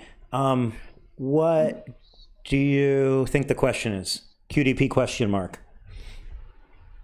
QDP, Quick Dry Plus, Guari, 2-ply, 1.5 mil, deep dye, Gen 4. Your thing. Who makes the Gen? Andrew Bully asked right after that. Who makes the Gen? Like, 4? Who gets to name it as a Gen 4, Gen 3? What is that like? I would say that's an unofficial. Since the dyeing technology is so secretive on the manufacturing level, there's been different levels of technology breakthroughs, and I don't really think there's an official, like, this is Gen 4, this is Gen 3. Coming on the backside of this business on the manufacturing and talking to different people about construction details, it's just commonly used as this is the Gen 4. If you want the other version, it's the Gen 3. Well, all I can tell you is this. I can take a raw piece of polyester that's been deep dyed, without any, without any lamination. It doesn't have any hard coat, no release liner, no glue, just a raw piece of polyester that's just been deep dyed before it goes into the lamination phase. And we can put it in an accelerated weatherable testing model, and we can put it beside the Gen 4, and the Gen 4 is 4 or 5 times more stable. Like, I can tell you exactly after 500 hours with the Gen 3 exactly how much it's going to fade and how much it's going to change colors. It's 100% accurate. You get the same result time and time again. So if you go to some lamination company and you say, this is a dyed film, right? Mm-hmm. And they say, yeah, it's dyed. Okay, well, can you tell me where the dye is? Is it in the glue? Is it inside the polyester, or is it deep dyed? Well, they say, it's deep dyed. Oh, well, now there's only 2 places in the world that deep dye. Okay, well, you can backdoor these people and figure out where the film came from. If you know how to, if you know what questions to ask, if you can get them to answer some of them, you think you go backwards and you build back up to, well, it's either got to be this or this, But did I get off track with my thought? No, the answer to deep dye or gen number was basically it's kind of an unofficial. Yeah, unofficial. Okay, yeah. Let me. I got one more level here, and say, okay, so it is deep dyed. Is it a Gen 3 or is it a Gen 4? If they say Gen 4, it could come from either one, So you don't really get the information that I think I would need to determine at that point which one it is. But if they say it's Gen 3, I'd be like, oh, Eastman, because Eastman's selling Gen 3 and Gen 4. I don't believe Guari's put a Gen 3 in the market that I know about. I've never seen it. So, I used, what do they call it, deductive reasoning, or, sort of chip away at knowing what questions to ask, and you figure out where the film came from. Got it. And then the best film is judged by the way they shrink, right? That's how you judge a film, the best film? That's how you judge film as a window tinter that's in the service business that wants to buy based on how easy it is for you to install. Has nothing to do with how long it's going to last on the glass. That was a poorly executed joke David DeRocha asked me to mention to you. Yeah, okay. That's David. Poorly executed. I'll work on my delivery. Let's see where we go. David's going to come back with something too. He's not done. Trust me. Ed said tomorrow Home Depot and Lowe's run, or he's going to Home Depot and Lowe's. He said that they're going to run out of MEK probably from this video. Well, it's funny because I've seen videos that talk about soaking these films and, they're bleeding dye, but most people don't understand what's going on. They're like, oh, well, I guess I won't tint my windows with dyed film if I know I'm going to be in an MEK storm, like they don't get what we're doing here. We're just trying to find out if there's dye in the film. We don't know whether it's gen this or gen that. We don't know if it's in the glue. We don't even know if it's in the polyester, because there are 3 ways you can put dye in film, Yeah. And that also indicates where it came from. If they said it's an extruded dyed film, you'd be like, oh, it's Asian. I would know some more questions. Or if they said it's a glue dyed film, I know places that glue dyed film in our country, and I know more places outside the country that do the glue dyed. If I ever said something like, well, have you ever seen the film fail?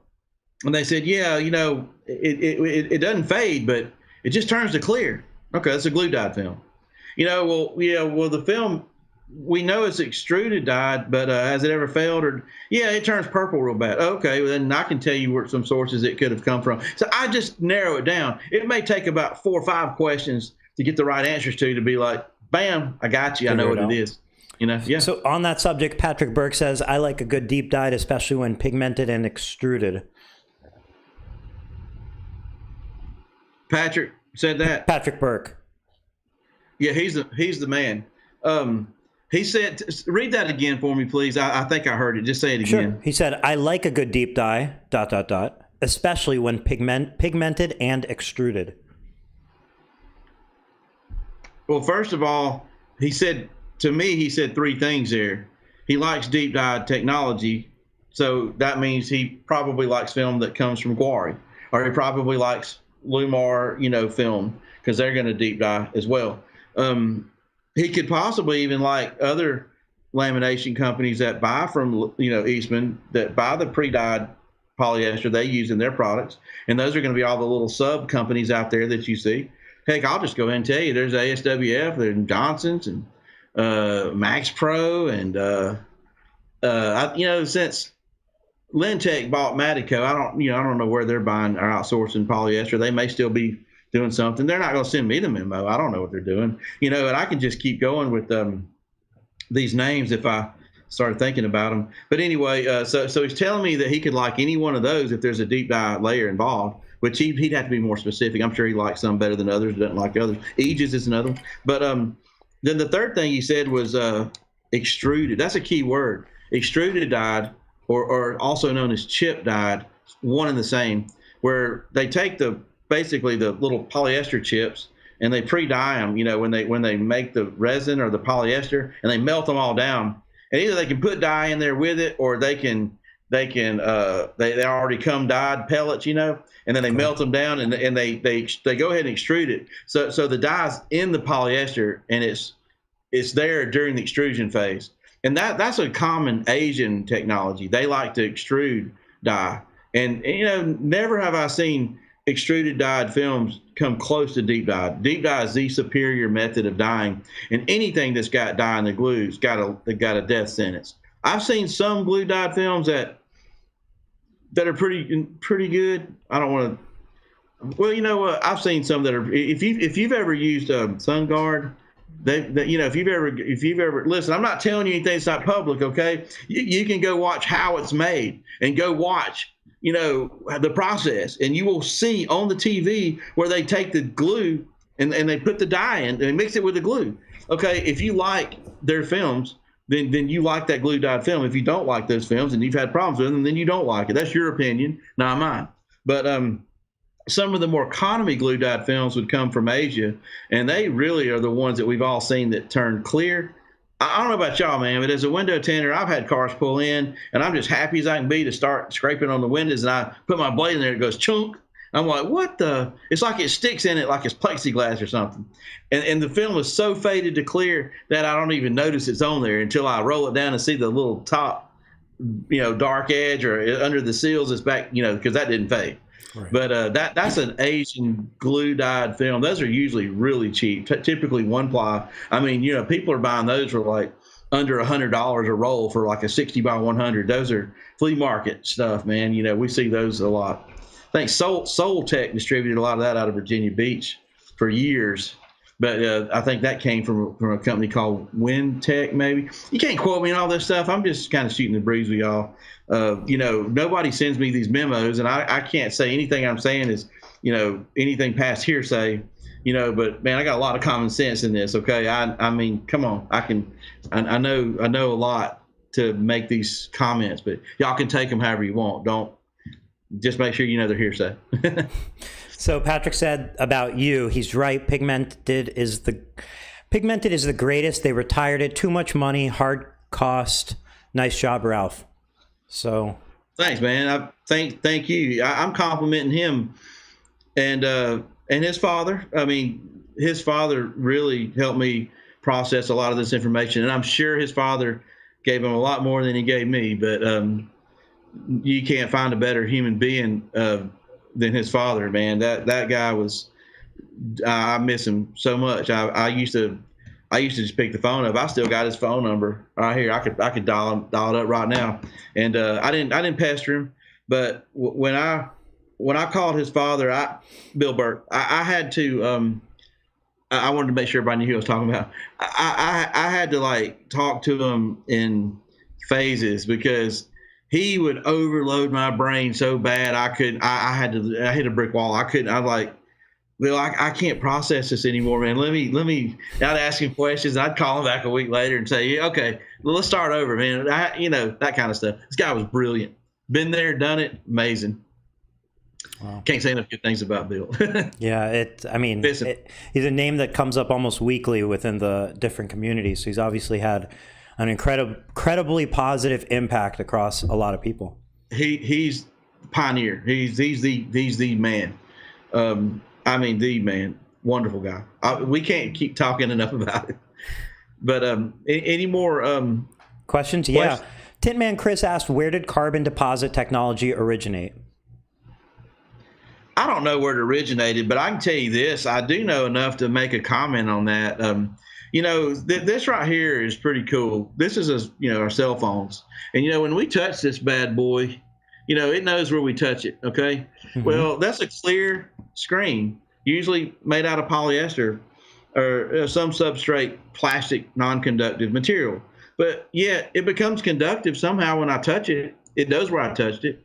And the question is how did it know where I touched it? What's the technology there? I was taught that the carbon is on the back of this on nanoscale. It's a carbon coating, and on nanoscale, carbon becomes conductive.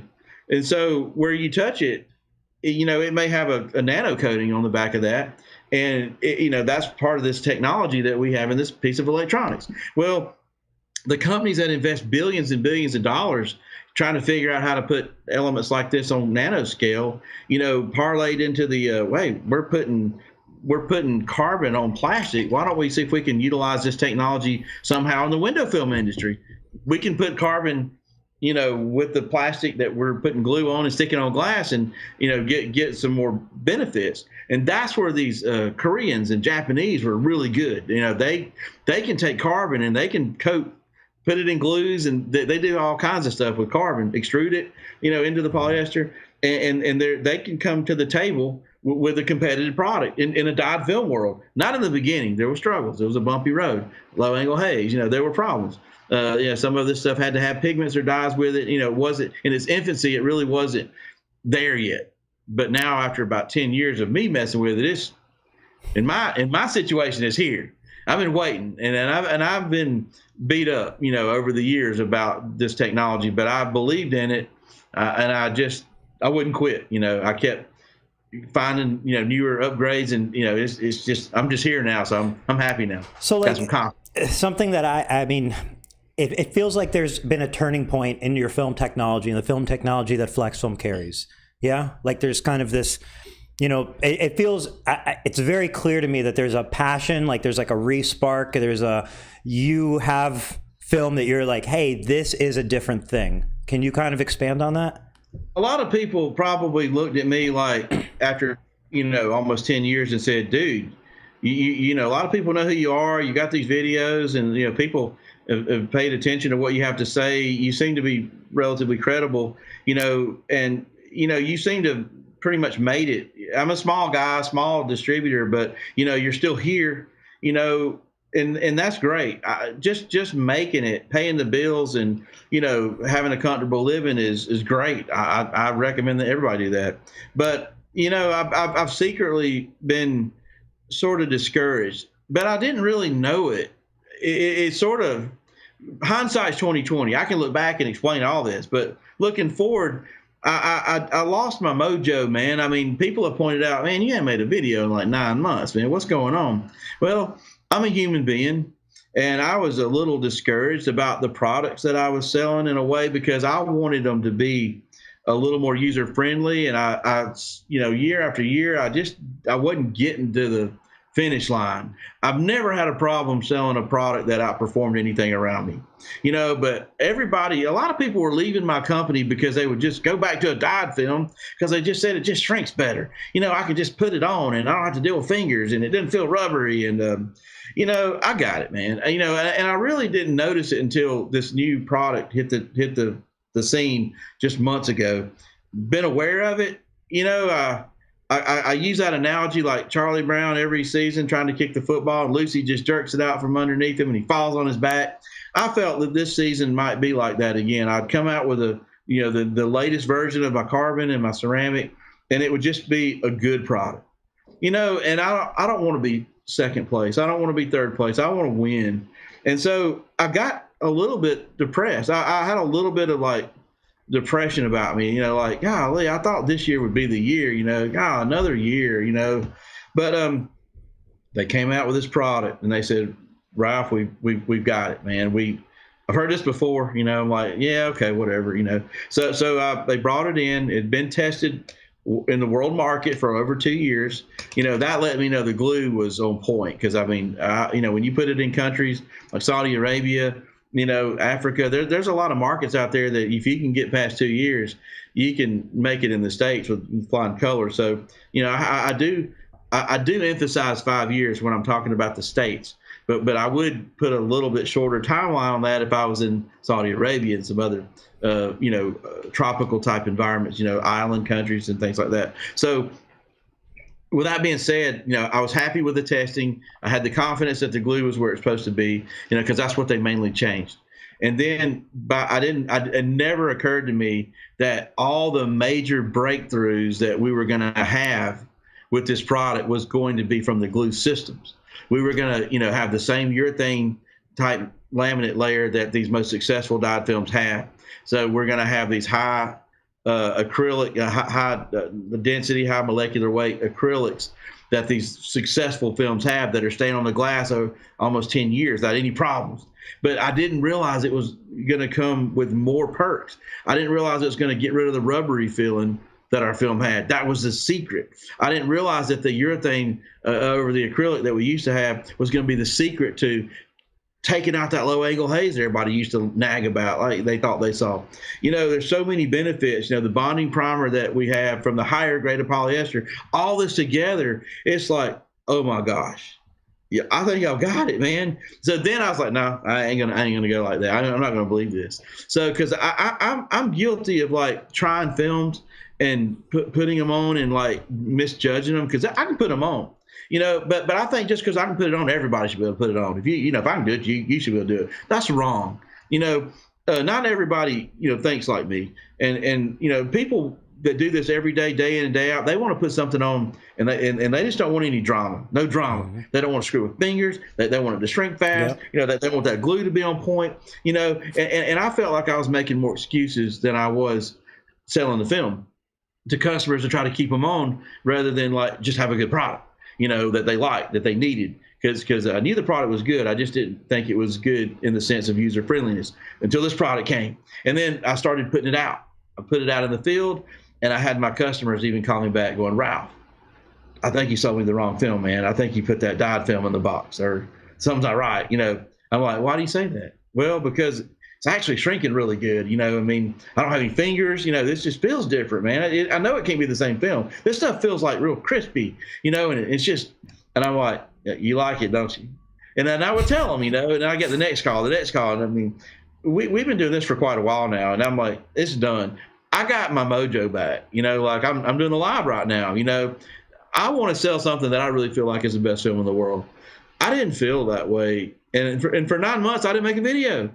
I would rather not sell any film at all if I knew I wasn't going to sell a good film or, be next to the best. I really would rather go get another job. I really would. And I thought I was really preparing to maybe make some drastic changes in my career. Not that I was failing. It's just I want to be happy and I want to sell the best.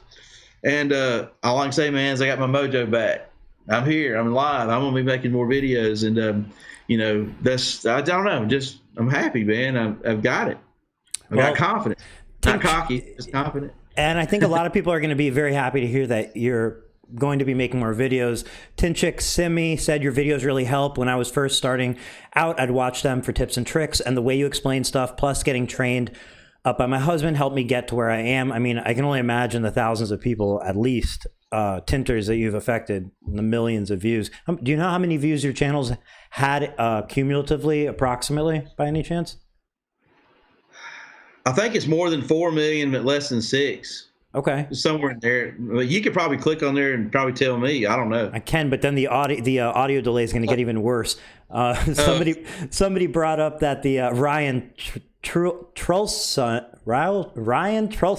said, the audio being off is killing me. So what he's referring to is there's a little bit of a delay sometimes from your mouth to your audio. Ryan, it is kind of one of those things where it's just kind of the technology today. We are doing a live stream from 2 remote locations, and a lot of that sort of thing when people are streaming is corrected post-production. So it's slow connection. Yeah, so I have a real slow connection. So it's something that can be cleaned up after the live when you rewatch the video, but it is something we just have to deal with the live. But I feel like it's worth it. It's better live than not live. I know the Tint Chick Shimmy, if I'm saying it right. her and her husband. I really missed an opportunity to meet them when they came into well, they're from Georgia. I'm from Georgia. They came up to see Rodney, and I was something going on that day, but I really hated and regret not getting to see him that day. I think I would have had a pretty good time with all those folks. I like Rodney, and I think they were pretty fun to be with. I missed it, man. I missed the boat on that. Well, this year, September, Orlando, September 22nd through the 24th, yeah. The whole tint industry should be there, and everybody can get to meet. Dean Mitchell asked a great question. He said, have you ever considered, with all the technical knowledge you have, think of actually fabricating your own film from scratch? So, what are your thoughts on that? Is it a financial barrier to cross? Is it what? I'm privy to that. I've dabbled with it. I have close friends that have that experience. So, sometimes I got to say this real simple. Nobody would dispute this. If I were to go out and talk to a lamination company, and I wanted them to, I wanted them to buy certain components from certain extruders, and maybe had an idea about even adhesive, which I'm not that technical. Let's say I was, and I wanted to contract with them to build something exclusive, unique or different. Mm-hmm. And think about this. I've got a film that maybe I make a master roll. A master roll is going to be typically like 60 inches wide and about 10,000 linear feet. If you want to process that, we could split that down into 100-foot rolls, and we'd have 100-foot rolls, and it'd be a big old square pallet, what it would boil down to. But now I got to go sell it. We've tested it, weatherable acceleration testing and things like that, so we know exactly how much it's going to fade and change colors. But it's because it's new. We haven't really tested the glue. We've never put it in the field. It hasn't ever been sold. Nobody shrunk the first window. So if you buy it from me, you're going to be the guinea pig. Good luck. I hope that we did it right, because if we didn't, you're going to be the one to call me and say, hey, I got these back windows bubbling up and stuff like that. That's the problem. So a lot of these upcropping companies, that make a new product, or they start day one, you'll notice there's a lot of learning curve. There's a lot of, I'm just going to say this with all due respect, like Rhino. Rhino came out, and, I think they're a great company. They've got some really cool technology, but that's one of the concerns that I think I had, with the company coming out. I thought, man, they've got this wonderful product. They've got everything down, marketing. They've got plenty of money. I said, but you really hadn't tested this film yet in the field.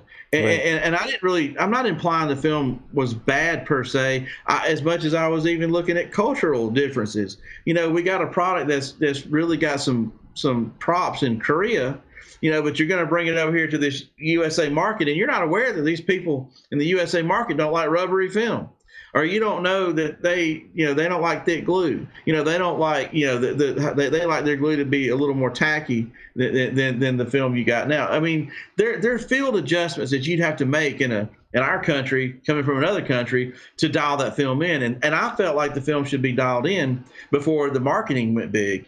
And I think the owner, got real excited, which, good guy, man. And he said, I'm going out. This is a good film. He believed in his product, and I respect him for that. But I said, you need to really slow your roll, man. Like, put your brakes on, go slow, and then go big.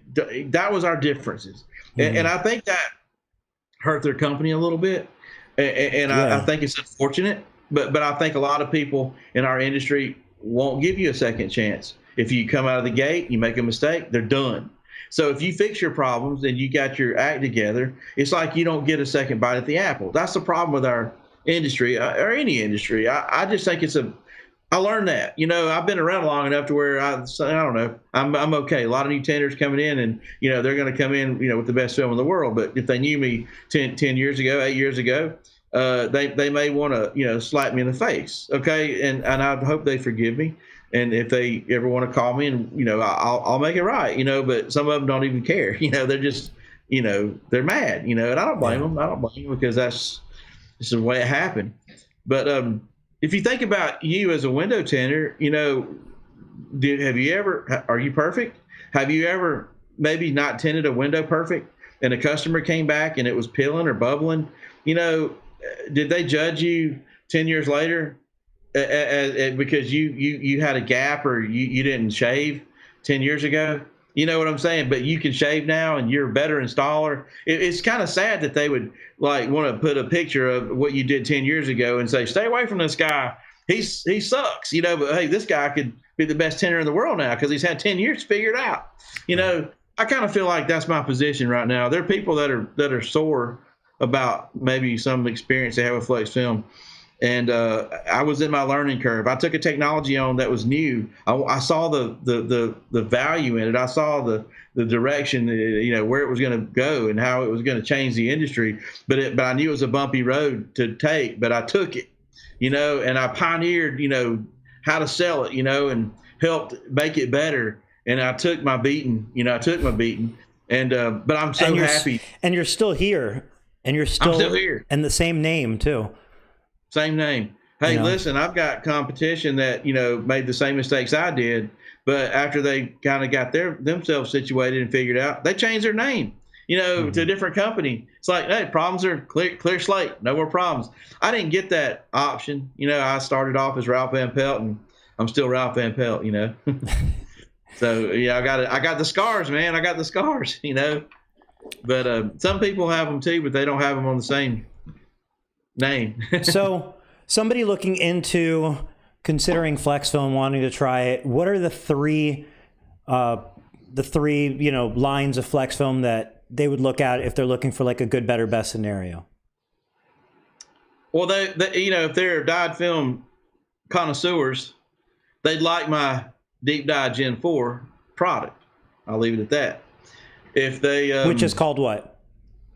Retroflex. Retroflex. So Retroflex would be your deep dyed technology, and then let's, I guess, never move on had a problem with it. Never had one problem with it ever. Nothing. Zero. Zilch.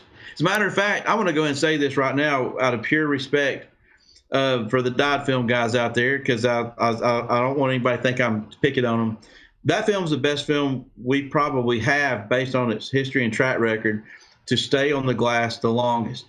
And, you know, earlier in the interview, you know, I was talking about that Sears, you know, washer and dryer that never would quit. Well, there's less to go wrong on it.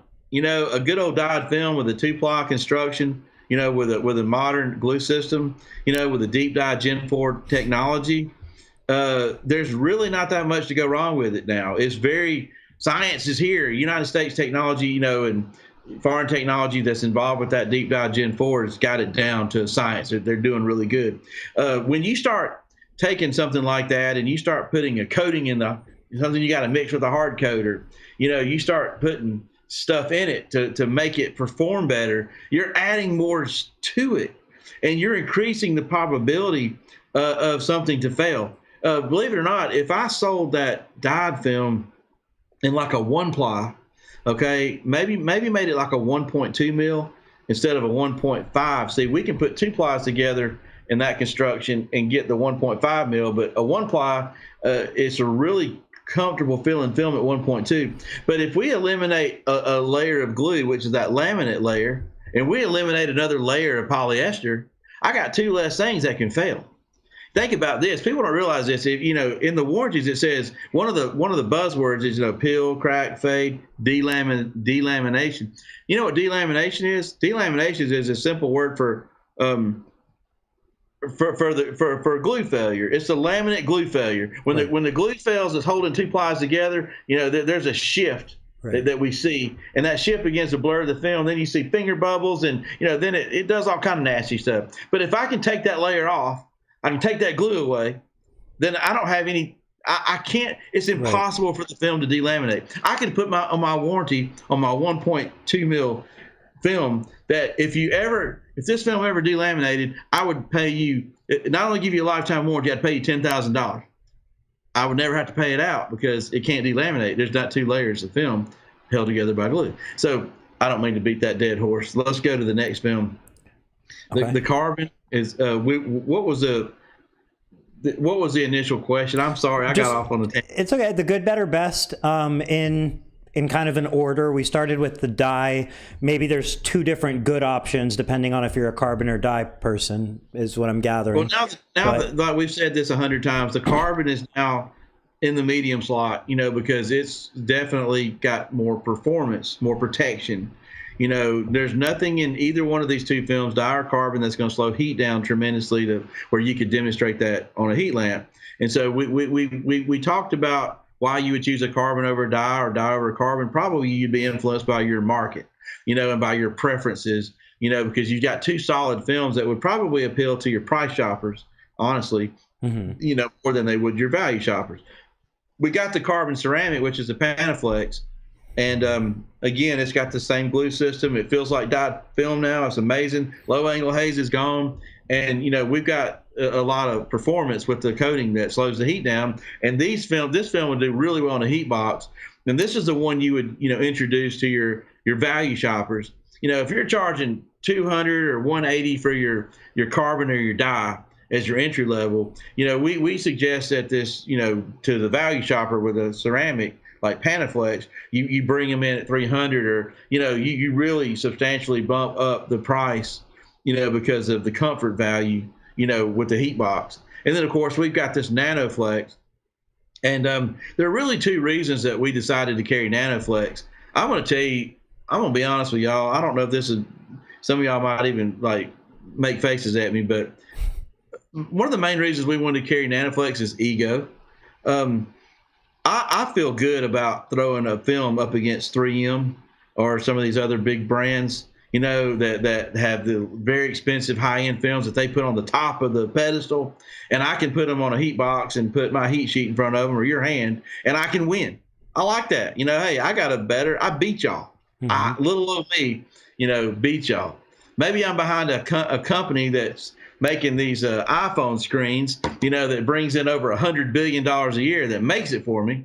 But, as far as everybody else knows, it's Flexfilm, it's NanoFlex. Yeah. But everybody thinks that I'm a little guy beating the big guy, but the $100 billion a year company really thinks that the 3M and anybody under them is the little guy. You know what I'm saying? Because that film has given my company credibility that I need, and we use that for credibility. And we've got a special market for that film. Mainly, it's to build your value ladder, because if you start off at the bottom, and you upsell somebody to the ceramic, and you're getting your $300 or your $400 a car or whatever, and you ask that question, I wonder if this value shopper would go a little higher. Yeah. You could go up under the table and say, hey, you know what? I got something I want to show you. It's one step higher. I didn't even want to pull it up under the table. I didn't even want to show it to you, but you seem to be a value shopper, and you seem like you want the best. And I just had to show you this. Boom. Maybe bust the price out at $500 to $800 a car. I don't know. If 3M's down the street, selling $800 to $1,500 tent jobs with crystalline, you want something to be able to compete with, and that's NanoFlex. Yeah, I got you. I got a better film. It's a two-ply construction. It's made for cars.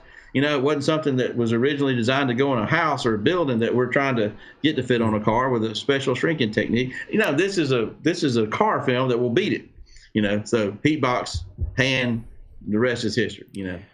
I gotta stand up for just one moment, but I want to ask a question that was asked by Tint Chick Simi.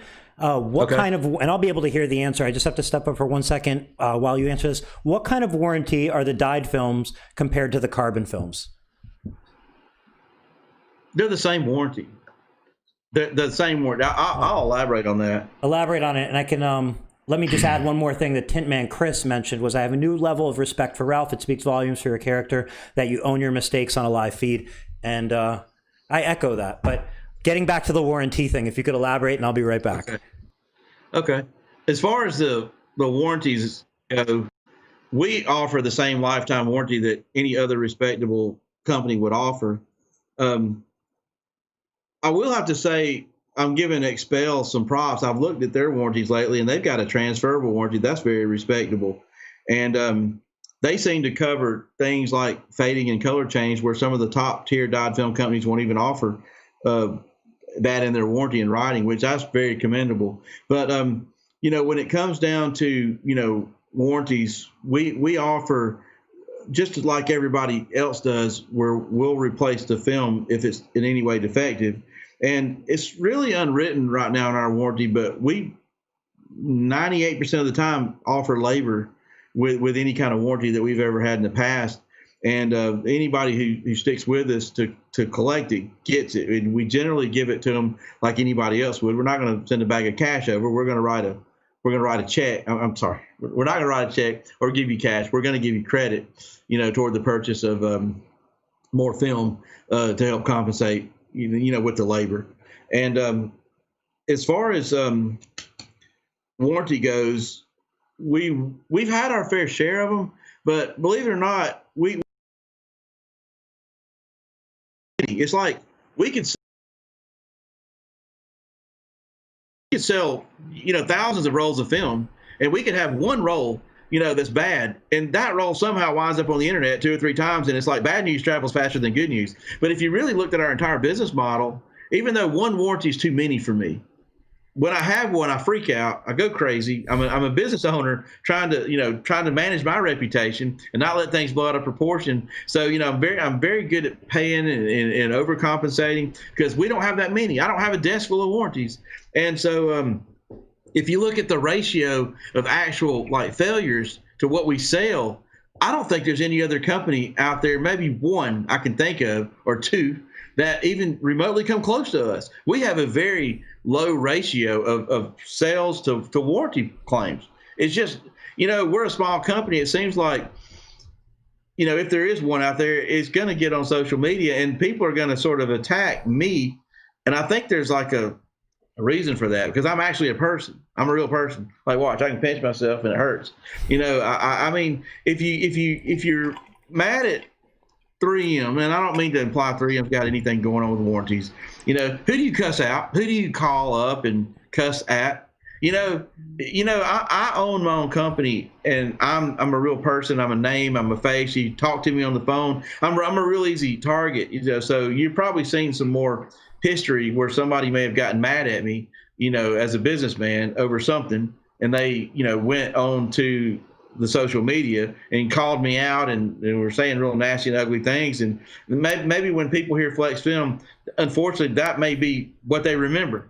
But just remember this: I'm going to sell several millions of dollars every year with film. Not many millions, but small millions.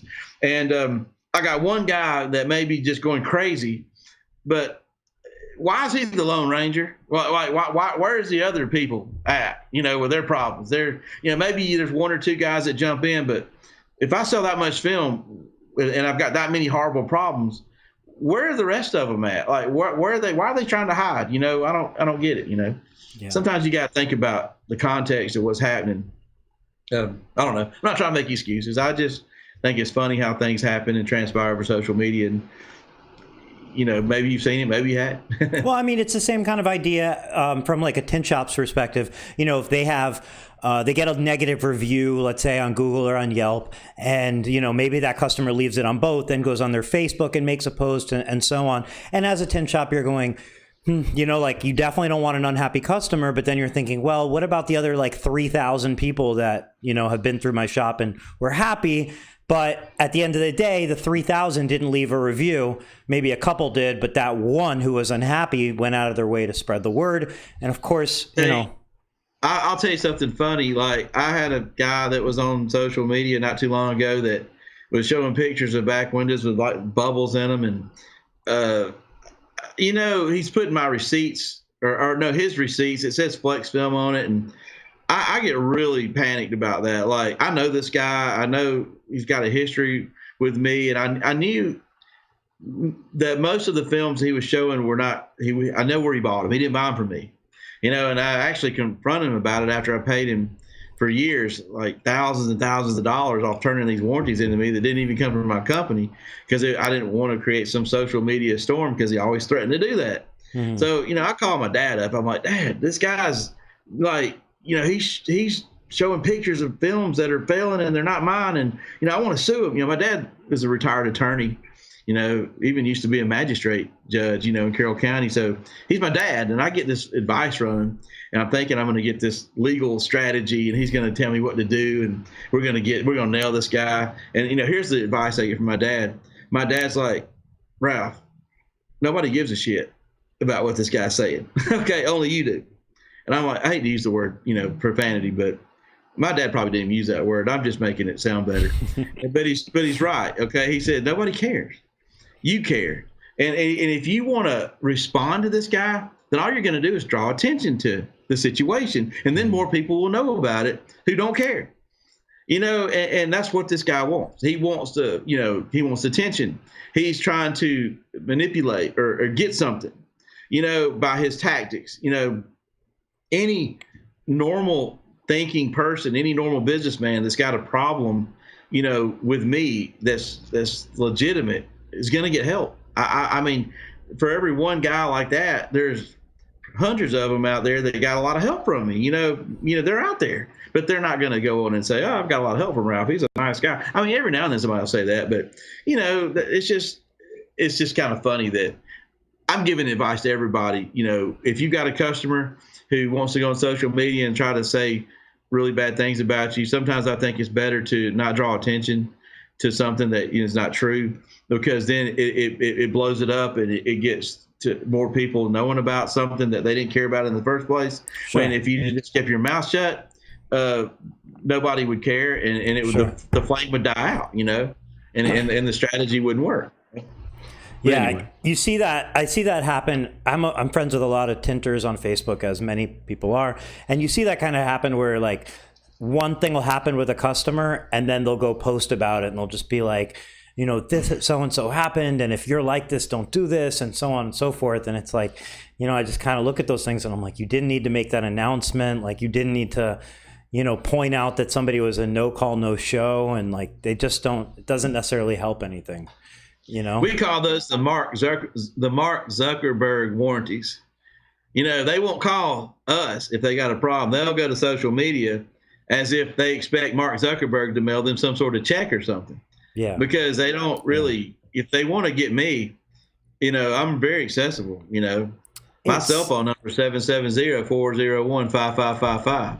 I mean, they call Flexfilm. They call my cell. I mean, I'm not hard to get in touch with. So people that say I can't get in touch with them, I don't know. You can text it if you want to. Yeah, I mean, I think like, it's funny that actually came up in a thread a few weeks ago about myself, and they're like, "Oh, I just wanted to communicate with you." And I said, "Man, I'm live twice a week, and then I'm on Facebook every day. I have Messenger, I have a phone. I'm live every week. You know where I'm at twice a week, guaranteed, man. Like it's so easy." You are the easiest guy I think I've ever gotten in touch with. Come in here and type it in too, and yeah, that's it. David DeRocha asked, "Eric, can you see Ralph during the video?" I can definitely see Ralph during the video. It looks a little different than what you see. And he's seeing a little bit different than what you see, but I can see him perfectly, just the same way, similarly to how you're looking at him. And Tintman Chris went ahead and posted your phone number, typed it up so that it's easier for anybody who didn't catch it. Tint Chick Simi said to avoid people saying this is your film, but it's not. When I do a sale, they come with a warranty card with the box number on it. I don't use your film, but I know 3M used to print 3M logos on their films.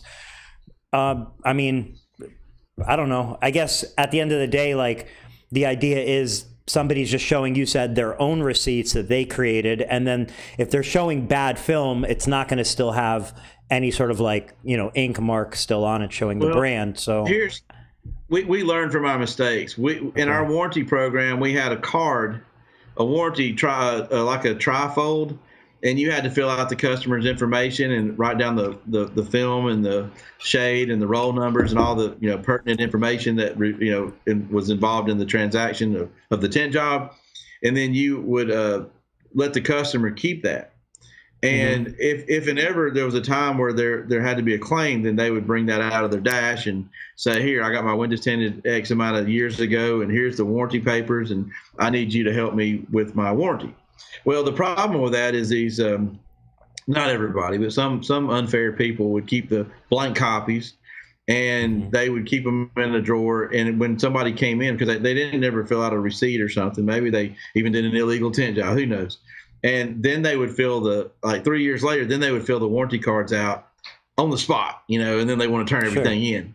And that's when it got complicated because, we would make them send the film in, and like they would say this was like carbon, but we would get the film and it would be faded. It's like, this ain't carbon. This is a dyed film.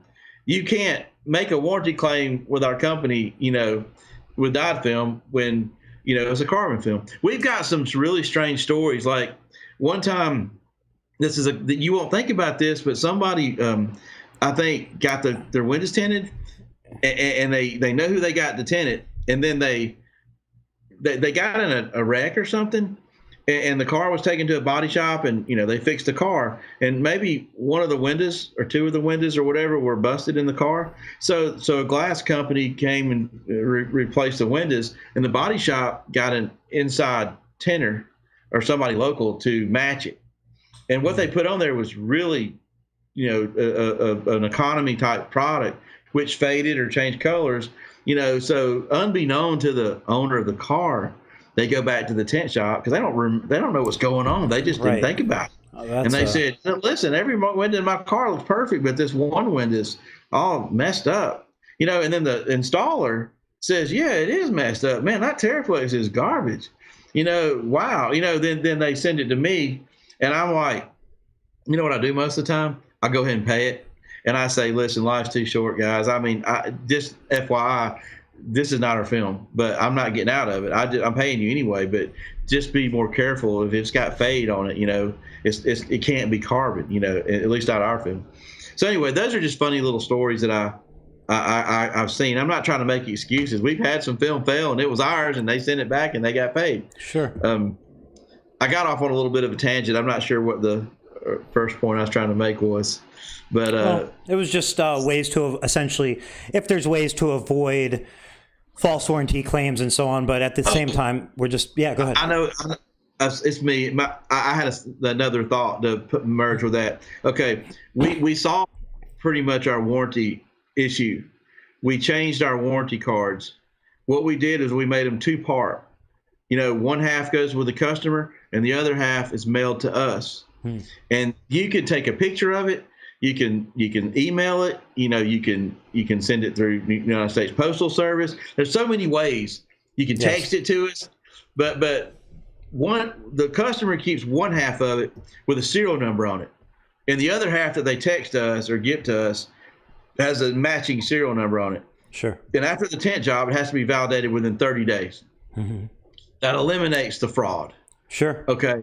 Because if you come back, a year later and there's a problem, you can't scratch one together.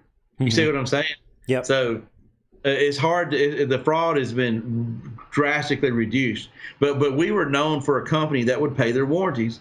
And when somebody found out that they could keep blank warranties in a drawer and keep, hey, turn it into Flexfilm, they'll just pay them. There was people that did that. We had to figure out how to stop that. So that's what we did. Makes sense. And with paper warranties, if you take that picture, or I'm sorry, if you submit your warranty and you have that piece of paper, what I recommend you doing is uploading that picture into your Tint Wiz account, or if you're using another CRM type software calendar that has it, because once you upload that picture with that car, it's there forever. You don't have to have a stack of paperwork. And if for any reason, as a tint shop, you need to produce what that looks like, you pull up the picture and you're done. Way better than keeping paper. Robert Maldonado asked, will Tint Wiz keep track of my income at the end of the year? It'll keep track of your income minute by minute. And beyond just the analytics that are within Tint Wiz, which I hate reporting, so the reporting's designed in a way that it doesn't feel like reporting. They're numbers that you actually need to see on a daily basis. Every time you open it, you see the numbers right at the top. There's also an analytics area. That's a deep dive. You can find out anything you want to know about your numbers. You can compare this week to last week. You can compare this week to the same week last year. You can compare everything you want, but beyond just that, it does integrate with QuickBooks Online. So as far as tracking your income and so on, you also have the automatic sync with QuickBooks. So yes, and yes, and yes. So hopefully that answers that. Mike Powell also said, all online submission is the best warranty solution. Every customer loses a card, receipt, paper, whatever you give them. Online's definitely the way to go. What do you think about that? Do you do any online submissions, or how's that work? I used to have an online, we had a website, a module, that we created to have an online, process, because we thought, this is the new era, internet. And, we didn't, when I split with my partner, we just discontinued that. And we just wanted to go to paper because we like the serial number strategy. And we just wanted to, we just basically abandoned that to try to minimize fraud as much as possible. I don't remember what the problem was with the online registration, but it didn't work as well back in 2010, 11 when we were doing it. It just didn't work out. It might be better now, but we just hadn't implemented that as an option. We could, but we hadn't had to.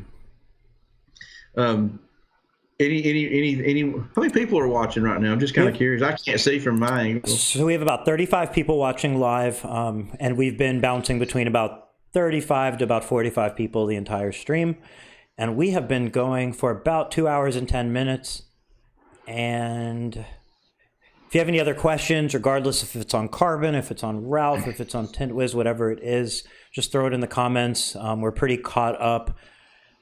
Billy Ayton had mentioned a little earlier in the stream, I'm told that SolarGuard has a film that is exactly the same color and results, but I'm scrolling backwards, so I'm not necessarily sure which one he's referring to.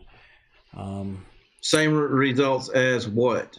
That's a good question. So the previous comment to that, he said, my question is, why is it that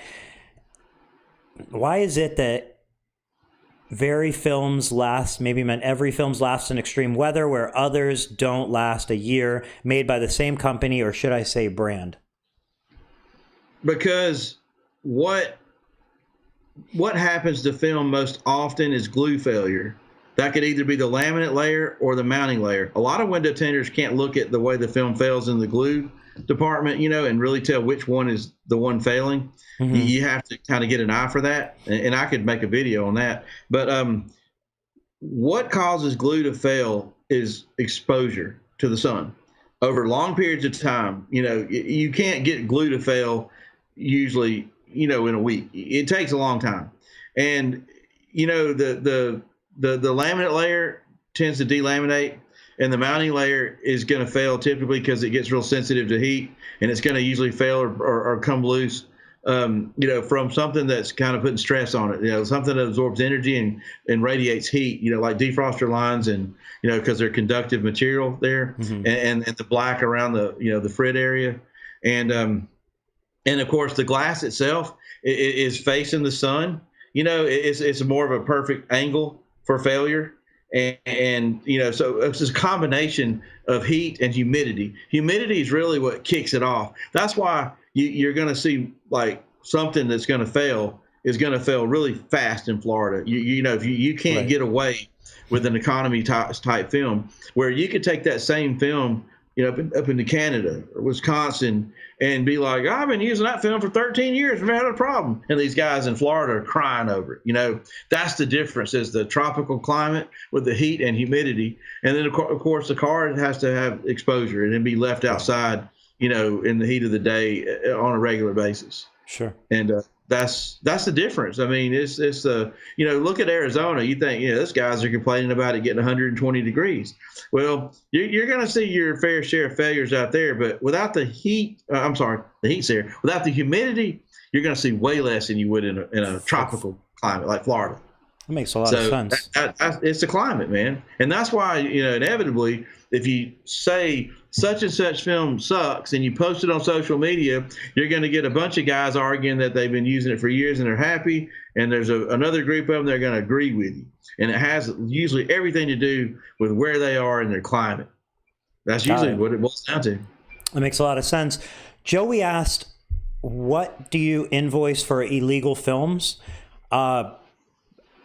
In my opinion, if I think whether you're doing an illegal tint, and this is strictly my opinion, I think if you're doing an illegal tint job, if you're going with a darker shade, I still think the customer should get a receipt. I still think that they should get a warranty from you. Not from you, Ralph. I'm saying you as the tint shop. If the manufacturer doesn't warranty illegal tint jobs, I think as the shop, you should pick those up. And at the end of the day, my opinion on all warranties are if warranty claims are such an issue, you're probably using the wrong film, because warranties should be far and few in between. So if you happen to do an illegal one and that one happens to come back as a warranty, I think you just fix it and move on and don't sweat it. What do you think? Well, this could be a whole nother video. I'll hit some high points. Okay. You know, this notion that you can, like, I can tint your car illegal, but I'm going to only take cash from you and I'm not going to write a receipt, doesn't make any sense to me. The better maneuver would be, and I'm not a lawyer, I'm not trying to give legal advice, but I did get legal advice from a lawyer, would be to disclose to the customer that the tint job that you are performing is illegal in that particular state that you're in, and then give them all the state laws and the information, and then show them what that is, and then show them what you put on there, and make sure they sign something that they know that it's illegal. But they also are saying in this write-up that they're aware of that, and they are responsible for, where they operate that car. Sure. And to obey the laws in the area where the car is going to be tagged, and that would give you a better case than to try to take cash and throw away the receipt. Sure. Because that would make you look bad. But if you tried to do everything you could in writing to tell these people that this was illegal in the state, but yet you were going to do it because they were going to agree to abide by the laws, wherever they landed, whatever country they went to, whatever state they went in, and they were not going to hold you in any way liable if they decided to, operate the car in illegal conditions. Sure. Wow. That a lawyer could actually say, I could actually work with that if I had to defend you. And that's not just unique to window film. I mean, that's applies to a lot of aftermarket car parts, exhaust systems, intake systems, turbo superchargers, and so on. And that's like normal business, that something is deemed only to be used in off-road purposes, or and I think window tint kind of just falls a lot of show cars aren't street legal. There's race cars, they're not street legal, but they're still cars and they still exist. So same idea. What if you came up to me and said, I need you to tint a car? It doesn't even have a tag on it, and as soon as you're done with it, we're going to load it on this truck and we're going to take it down here to the port of Miami and we're going to ship it to Nicaragua where there's no laws. Oh, okay, no problem. And then all of a sudden they go straight, across town and get it tagged. It's illegal, and they want to hold you liable. I had no control. I did something I didn't break the law based on the, I hate being held liable for something that I have no control over. You know what I'm saying? Do you happen to know, is there any state that you're aware of that, my understanding is the illegal act is operating the vehicle on a public roadway with a darker shade of tint or a film on the glass that shouldn't be there. Is there any state laws that you've ever come across where it's illegal to actually be applying the film to the glass? Man, I would say at this point, to me, it's urban legend. I've heard stories. I can't verify if they're true or not, but I have heard that there's been some, situation with that. But if somebody worded it right, or, did it under the conditions that I just mentioned, I don't know how they could hold them liable for it, but again, I'm not a lawyer, I don't know. Right. It gets real gray. It gets real gray there. So I don't know. That's a good question, though. We can get a lawyer on here that specializes in window tint laws, if there's such a thing. Yeah, that'd be cool. If there's such a thing. So, David DeRocha had said, people always say it's not rocket science, but sometimes even rockets blow up. The chemistry of the glue shouldn't fail as much as it does. And Joey had followed up and said he was the one who originally asked about the tint laws. He said, I'm just worried if I break the law and give an invoice, there's proof I've put illegal film on a car. Well, here's the thing, Joey. Unfortunately, I mean, you're right in that thought process, but really the way my imagination works is I go like this. You have a scenario where you install tint on somebody's car and you say, hey, I can only take cash and I can't give you a receipt for this, right? And you're pretty much putting yourself in a position where you're saying, hey, I'm doing something wrong, and this is how I'm going to hide myself from it. So now let's just say that customer was to get in a car accident, and then somehow their lawyers or somebody involved in that car accident wants to come back and hold you liable. It's not typically going to end at, do you have a receipt from the tint shop you got it done from? They go, no, I don't. And then it just ends there. What they'll do is they'll send somebody into your tint shop to get an illegal tint job done. They'll document your process. Maybe they'll send 10 different people in. They'll document that your process is that you hide it by paying cash, by getting paid in cash and not giving them a receipt. And you kind of make yourself look more guilty than if your process was what Ralph had mentioned earlier of, making them sign an agreement that says that they understand what they're doing is not safe or illegal for roadways and so on. So while trying to kind of hide it seems to make it better. Again, I'm not a lawyer, but insurance companies and lawyers, they don't just stop at, do you have a receipt? All right, you're fine then. And you might even implicate yourself in some other tax related issues if then they can track whether you pay taxes on those cash transactions or not. You never know. A lot of times criminal investigations or investigations like that get turned over to the IRS once they're done with them, because they know it's the IRS's turn to see if they can get any money out of your company. It's just not a good idea to do illegal tint jobs. And I think there's also maybe a gray area between, like, if the legal limit's 32% on the side windows and, there's a plus or minus 3% discrepancy where you could go to 29% and you got to 28%, that's getting really like close. It'd be like going 56 and a 55. I don't think anybody's trying to, hang you or anything for something like that. But when a teenager comes up and they want you to put 5% on their front windshield, that's just not common sense, man. That you don't do. You don't want to harm somebody, and you don't ever want to try to do anything illegal if you think it'll harm somebody. It's just bottom line. And that goes beyond legality. That just goes on, like you said, it's common sense. Like if somebody comes in there and they want something that is going to be dangerous, like you don't want to be part of that. You don't want them to go drive off, hit somebody. Yeah, they didn't realize it was going to be dangerous. You did. It's not really about the laws. It's more about like human decency, just like making sure everybody's taken care of. Sometimes people are about to make a bad decision. You can be the difference between them executing on it or not. Right. Well, one thing we were talking. Oh, I'm sorry. Go ahead. No, go ahead. One thing we were talking about.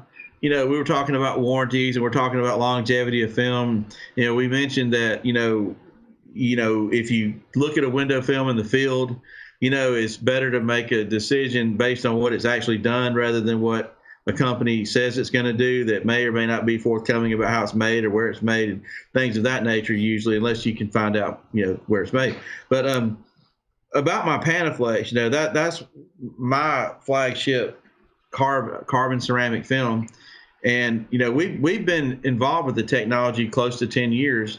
And we started off with it being an extruded dyed layer, and a ceramic material on the hard coat and it being one ply. And then it evolved to where it is now, which is, again, with this amazing glue system and no low angle haze. And, it's just got a beautiful color and the clarity, everything, man, is on point now. The way it shrinks and doesn't feel like rubber, blah, blah, blah.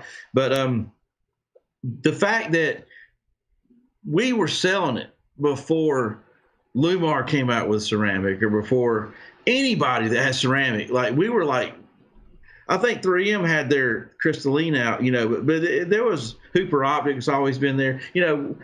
Nobody knew what ceramic was when we came out with it. And we've been through a lot of trial and error with it. But if somebody was trying to make a decision to buy, an IR film that was in the 85% range, which is the classic, most common ceramic, performance range, it seems like they would go with a product that's manufactured by a $100+ billion a year company who's native to the technology, who's been selling it longer than anybody else, with a track record, that to back it up. And if somebody were to say, well, I can show you pictures of somebody that posted, your Panaflex where it bubbled up on the glass. Well, sure. Let me explain that, because this is back when we didn't use the urethane laminate glue. This is back when we used the low molecular weight acrylic. This is the when we had the rubber refill. This is back when we, this is why we've changed to this other, product, the glue system that we know works. It's I don't know. I just think that, I'm an open book, man. I'm over here in public right now telling people I would rather talk more about my mistakes than things I've done right, because we can learn more from them, but I hate to be judged by them. And I hate for somebody to think that, what they're buying today has got anything to do with what I sold yesterday, because it's not. It's a totally different product, So somebody interested in trying out current Flex film, if they're going to buy one roll of film, it would probably be a roll of Panaflex, would you say? If they want ceramic, that's our flagship product. That's the one that, and listen, I'm just going to throw this at you, but if you were going to buy this roll of film, you're going to look at Lumar, and you're going to buy their CTX, or you're going to buy the Global Quick Dry Plus ceramic, or you're going to look at films that are in that category. And I think when you look at how long we've actually been around compared to those other companies, and what we've evolved to, and you look at our price. I mean, these other companies, I'm not quoting their prices, but I'm saying that a lot of these companies, if you bought a 60 by 100 foot roll of that product, I'm seeing prices, I've got them laying around like in the $600 something range. We're just cracking into $500 for that same roll. We're $100 cheaper, and we used to be more expensive back in the beginning because we had no competition. We didn't know what the value of the film was. We've since lowered our prices because of more competition, if that makes any sense, because we started fighting everybody else because their prices were lower than ours. And so we've still maintained a lower price for a superior product, for years. But a lot of people it's amazing to me, they'll jump on a product that hadn't been around nearly as long, because of the marketing, and it can be a good product. But, there's no product out there that's more of a staple in the industry that's been out longer, that's been through more trial and error than our product. And a lot of people learn from our product because the manufacturer of our product is who they're borrowing the technology from to build their product. But they may be trying to build it on their chassis, with their glue system, with their deep dyed layer, only to copy our product that's been around. That's the benchmark, but nobody realizes that we're the benchmark. They look at us as a small company. I don't know if I'm going to buy from Flexfilm. They're not as big as the other company I'm buying from, but they don't even know that the product they're buying is really not the benchmark product, and their product still needs more time in the field to really see what it's going to do. They don't understand that. I just thought I'd throw that out because that's just the way we roll. Understood. Tintchick Simi asked, does using a different slip solution affect the tint degradation? Like, does baby shampoo make it fail faster than tint slime? Well, I'm not as scientific to answer that question like I wish I could, like one of these PhD nanopolymer experts that I have actually talked to before. But I can throw some common sense at you. If I were to take a 3M Post-it note and I were to try to stick it on my refrigerator, and I cleaned it with alcohol before I stuck it on there, it's going to stick better than if I just stuck it on there and had a little dust on it. I mean, sure. If you, as just a window tinter that's just been putting tint on glass for as many years as I have, if I were to take, alcohol, and some sort of surfactant like that's in Dawn and mix it with water a little bit, and clean it with friction, like with steel wool on a back window, and get a, kind of thing going on, rather than just like spray my slip solution on there from a diluted baby shampoo and some tap water that's got super hard water conditions, and try to whisk it off real quick before I throw my film on there. Which one do you think is going to roll off? I mean, if it's got a little greasy, not using any kind of a zero surface tension type product. I know I'm talking nerd, and I'm just going with water. I'm not going to get the bonding, capability that I'm going to get with the proper cleaning technique. And yes, it will influence the longevity of the film. And depending on what film it is and what type of glue technology and what car it's on and which window it's on, how much it's exposed and what part of the state you're in, or states you're in with the tropical climates, Sure. all has an impact, everything. But I think that somebody wants me to go not nerd on them and say, if you clean a window really good versus not very good, does it shave off a month? Does it shave off 6 months? I don't know, but it's probably could be a year. It depends, on all these other variables, but there is probably an answer to that question.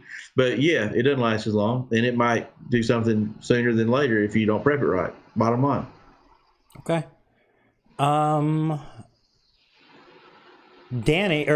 Paul asked, what is your opinion on Matico products?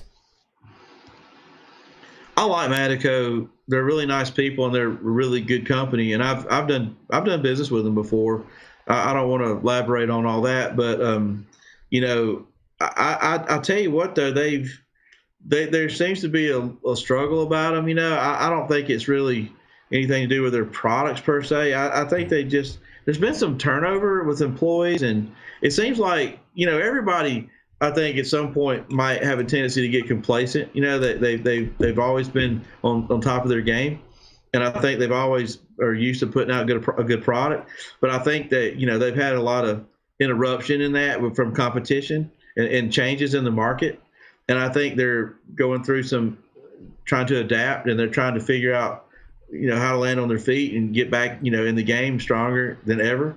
And I take my hat off to them for the effort that I'm seeing them make, to try to do that. And, maybe they'll continue to win. I think they got a good operation. They just need to keep it moving,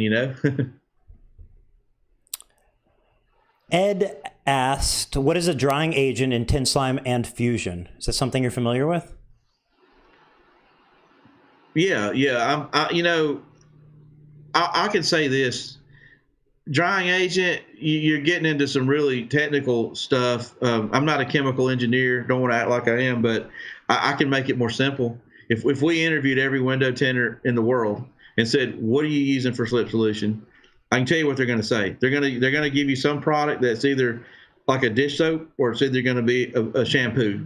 Mm-hmm. And, if you look at these formulas out there like Fusion makes, and you look at other products like Tint Slime or, my Tint Tack or, our Slip X, you can just about look at the ingredients in each one of them and you can kind of categorize them. Either they're more in line with the shampoo or they're more in line with the dish soap.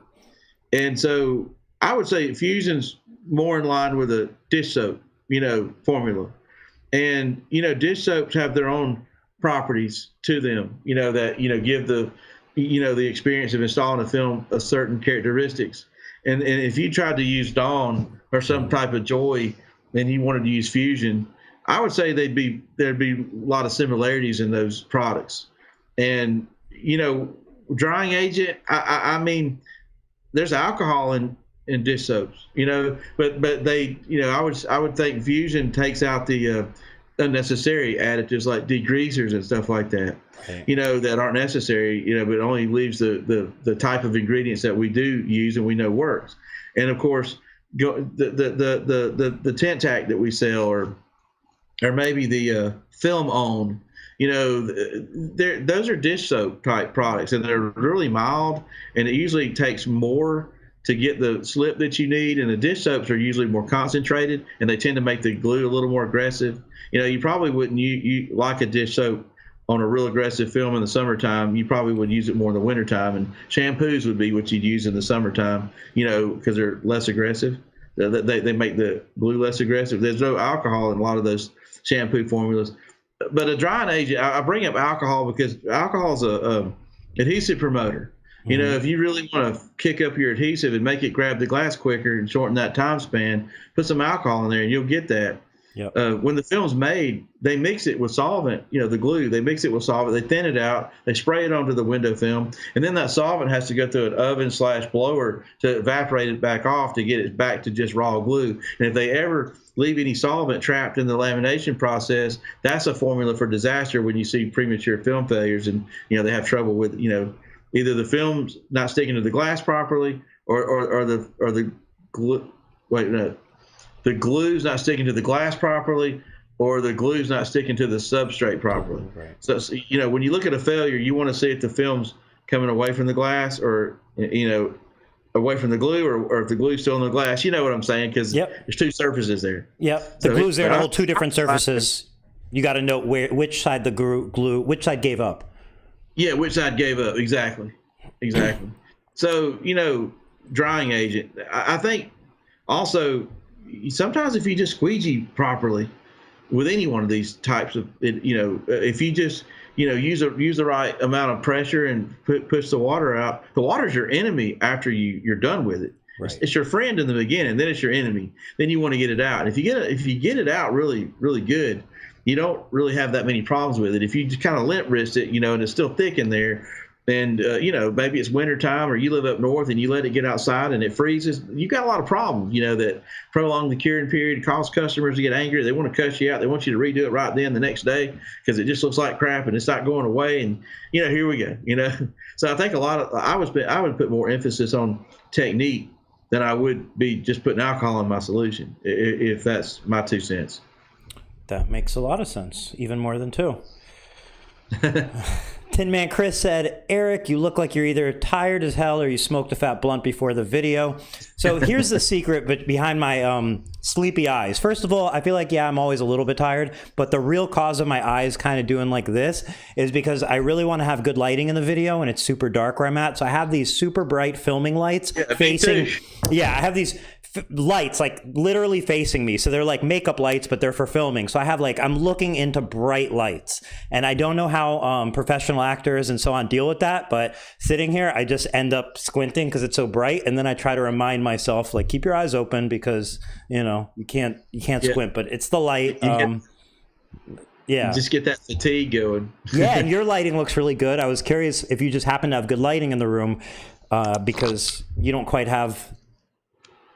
Okay, so you have the exact same thing as I do going on.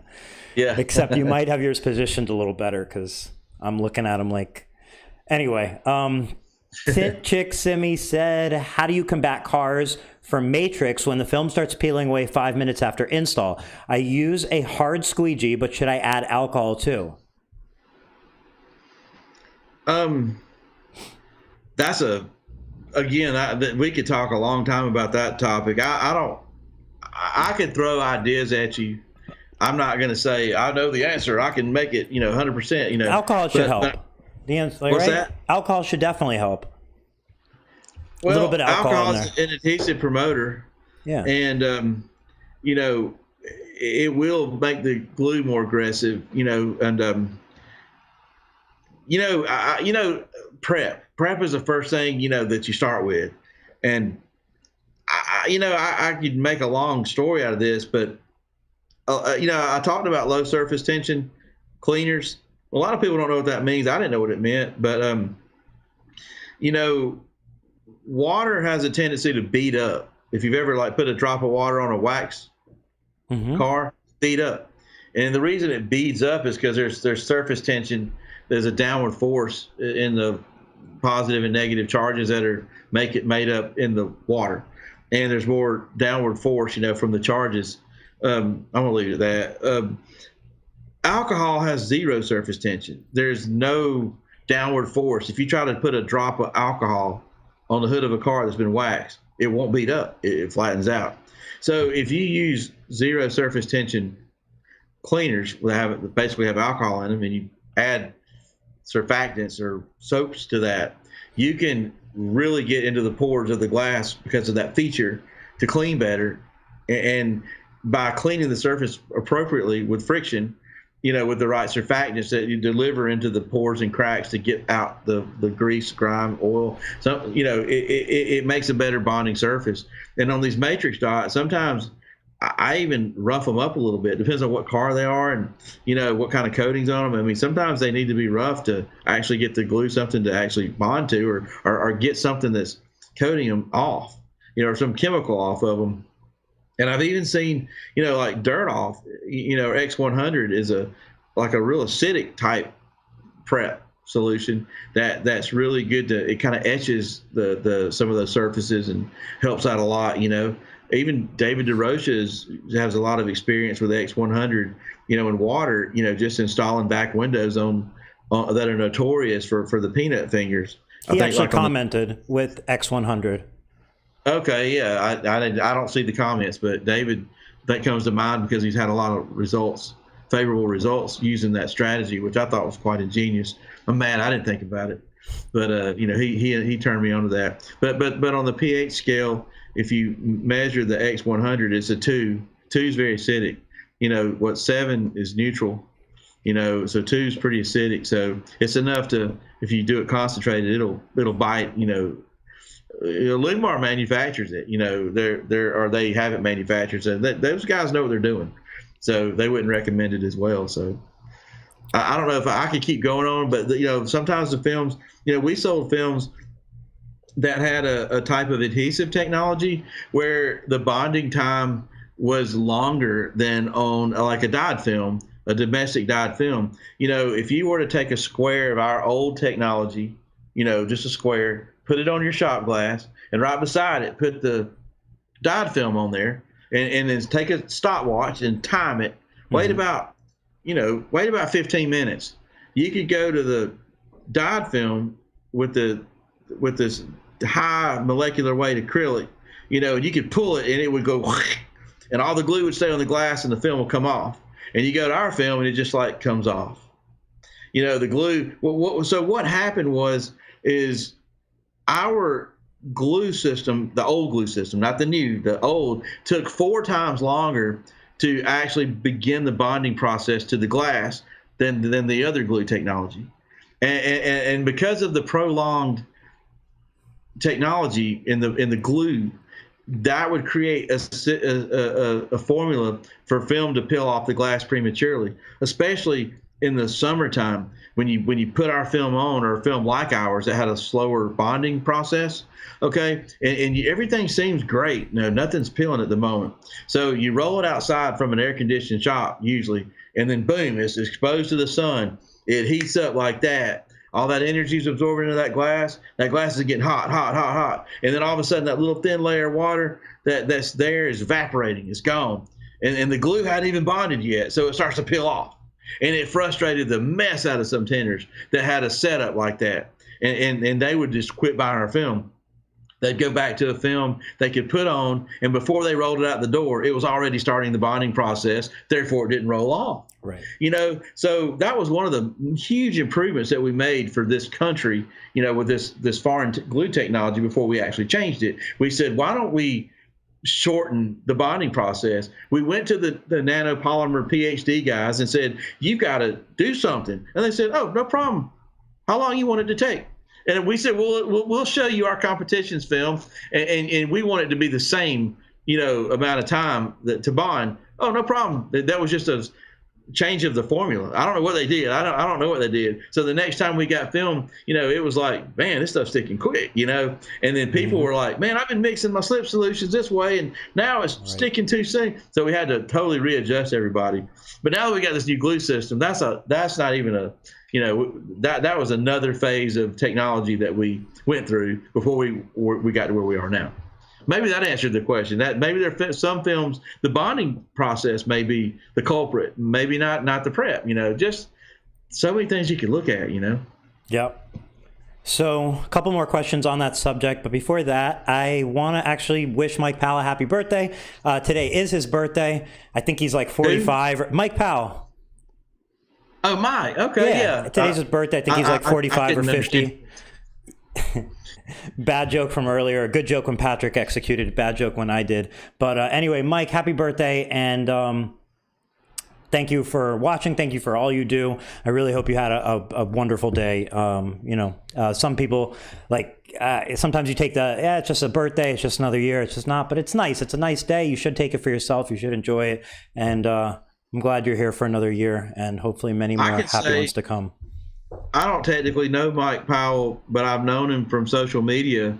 But I've had the privilege to actually talk to Mike, and get to know him. And we've had a handful of conversations. And Mike's a pretty cool dude. I'm thankful that he Yep. reached out and to me, because I've really enjoyed the conversations and things that we've had. Cool dude. Yep, definitely a cool dude and inspirational guy, a hard worker, just a nice human being. Like it's like you can go on and on, but happy birthday, Mike. You deserve the best birthday, and I hope you had it. Haas Evans commented, seen a guy, he has a spray bottle with Sprite. He sprays the dots with the dots when the tint falls off and then squeegees it out, prep the snot out of it, and you won't have that issue. I guess probably using like, is he saying maybe using like soda as like an extra adhesive, kind of like using glue, like a glue, I think like a glue stick? The soda's got a couple of things that might give it that ability. I think it's a little acidic. That's probably helpful. It's probably not the secret, ingredient or whatever. I think the sugar in it. The sugar, right? Because it's sticky. Yeah, and you're just giving the film a little bit more stick. See, on the matrix dots, you can always add a water-based type adhesive, like Elmer's Blue School gel to the existing adhesive system. And it's mostly it's water, so you kind of use it in the place of water, and then you squeegee it out and leave it on thick. And then as the water evaporates, it just goes to a really super thin layer of glue that's enough to fill in the voids to keep the dot area looking really healthy, and clean and factory. And, it's a trick. So I would say that the sugar in the soda is similar. It kind of fills in the voids a little bit from the residue left behind that helps out overall with sticky. What about car windows covered in Rain-X or Armor All? How do you get that stuff off? Man, listen, if you got a bottle of Dirt Off or X100, it's one and the same. The X100, they market it to flat glass guys to for their dry adhesive, and then the Dirt Off, they market it to guys to prep glass with. It's an acidic technology. Between that and then your alcohol-based cleaners with simple friction with surfactants. Like we have pre-tack. We mix alcohol and surfactants together for you, and you just add water to it. You can make it yourself. We don't sell our slip solutions and our prep solutions to just anybody. We mainly give them away to our customers. People do outside our business enjoy them and they buy them, and we sell them. We don't want to give things away that people aren't buying our film. But these are the kinds of these are just the kinds of what we were talking about prep, the things you need to do to prep. So you got acidic stuff. You've got zero surface tension alcohol-based stuff, that you can make yourself or we can sell you. But, and friction with steel wool, like triple aught or quadruple aught. I like triple aught myself. You'll find a way to prep that glass.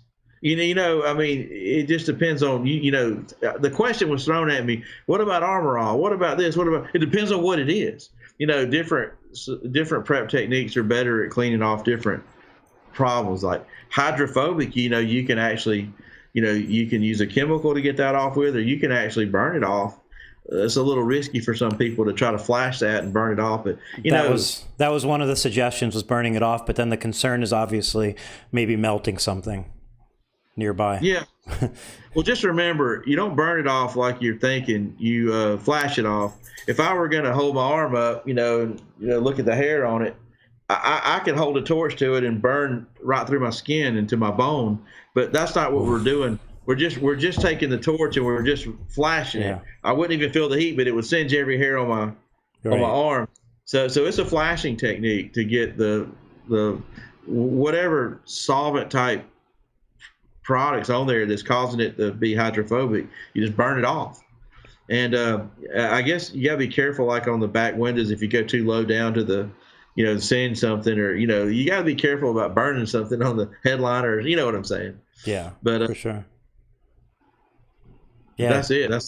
That's how I would handle it. Depends on what it is.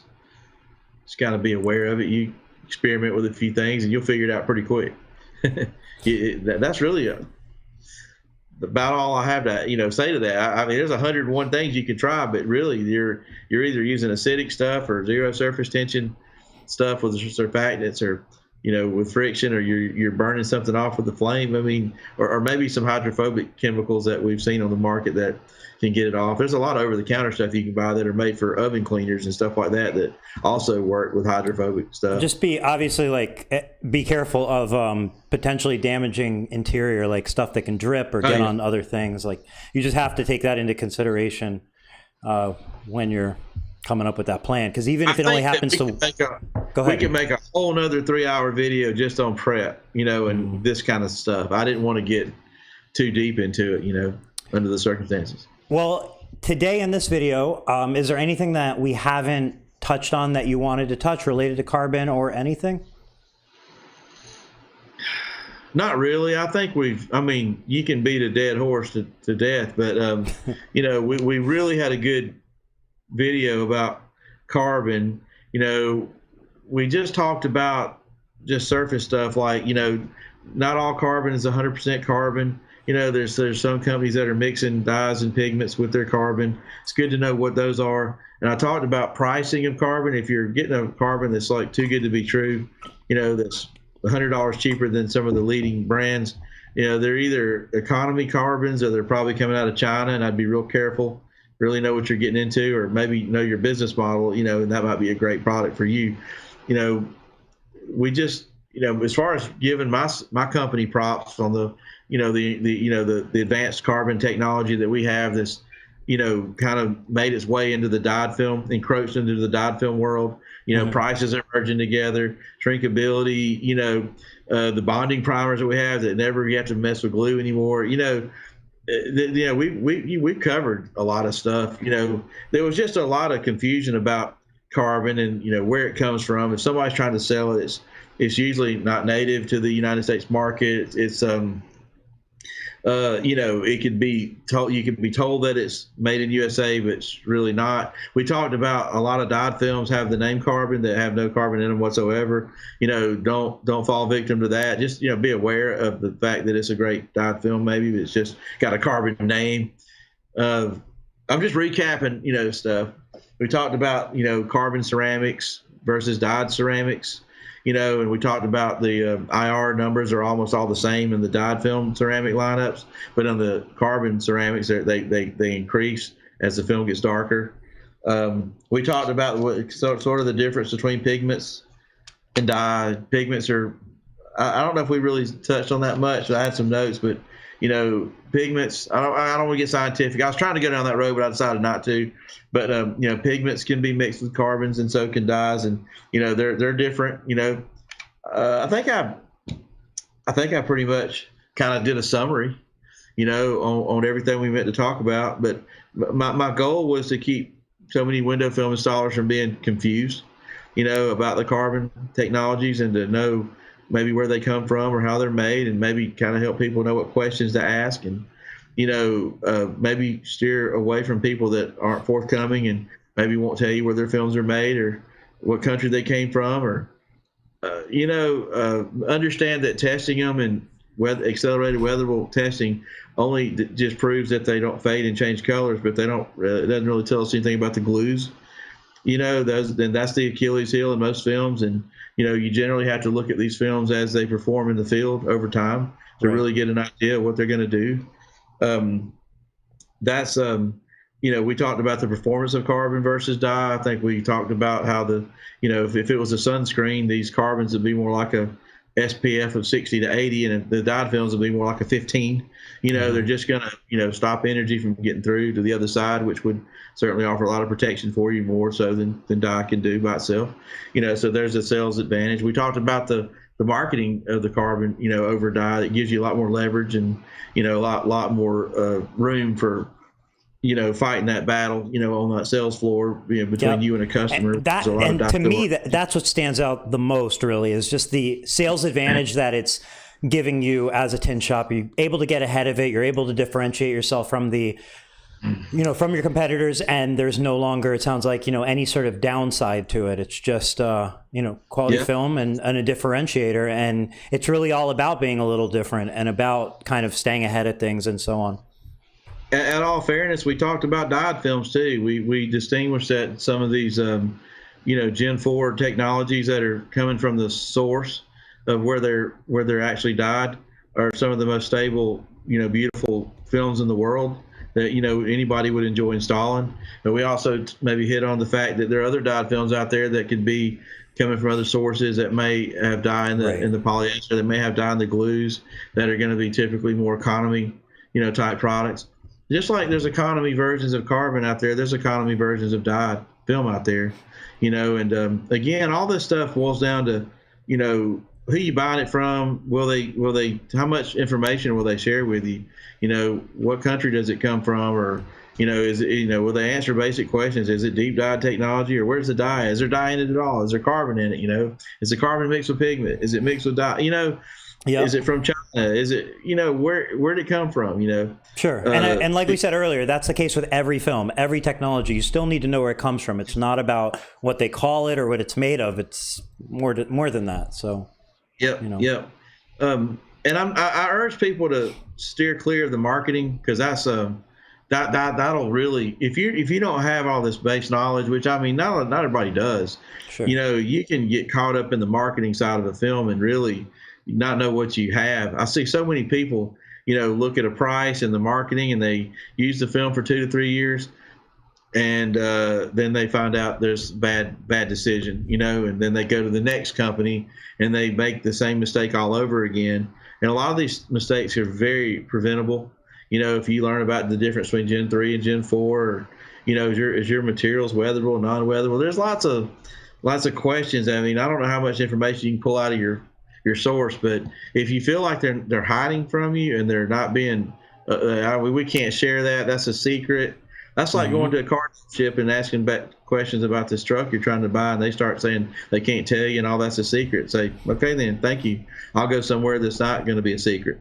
You call me, I'm not going to be a secret. I'll tell you, I'll talk to you for 3 hours. I appreciate you always being so transparent, and talking about everything from current successes to past mistakes, and like I said, just being transparent. I think that's what everybody appreciates, and I look forward to doing another epic 3 hours with you whenever you're ready. I'll give you way more information in person, a whole nother level, than I will in public. And I'm not refraining from sharing information with anybody in public because I don't want to tell people. I think there's a certain code of ethics that we should all consider. I think there's, they may be my competitors if I'm talking about them, but I'm not going to try to share their trade secrets, especially if they're potentially hearsay coming from me, in a public forum. I just don't want to do it that way. If you want to be my partner and you want to have some private discussions about our industry and what else is out there and what I know about, or from the past or the present, I'll share it with you. Mm-hmm. If I know for a fact, I'll tell you. If I feel like it could be hearsay, I'll tell you that too. But nobody's sending me memos trying to update me on what they're doing from week to week or day to day. But a lot of the information that I can give you comes from a lot of just pure common sense. It's just undebatable common sense. So. Cool. Well, anyway, we could wrap this up. Yeah, Ralph, thank you so much. We just about hit that 3 hour mark, but really what's more important is the information I came across today. Again, thank you for being so transparent. Thanks for, just sharing it all, putting it all on the table. Absolutely, man. We'll do another 3 hours. Cool. Whatever. I look forward to it. Thank you. Go ahead. Come up with any topics that you'd like to know about. I got more tricks up my sleeve. I got more information on all kinds of cool stuff. I just would like to know what you guys want to hear. We just decided to kind of go with the carbon route, and do it the way we did. So let us know. Drop comments in here. Whether you're watching this live, you're watching this after, you can drop comments. We both will monitor the comments. And if there's any topics you want to see in the future with me and Ralph, just drop them in there. If there's any other guests you want to see in here, the best way is if you tag them so they're kind of brought into the mix without it just being a cold call on my part. And yeah, we'll see everybody Thursday. Thank you all for watching. Sounds good.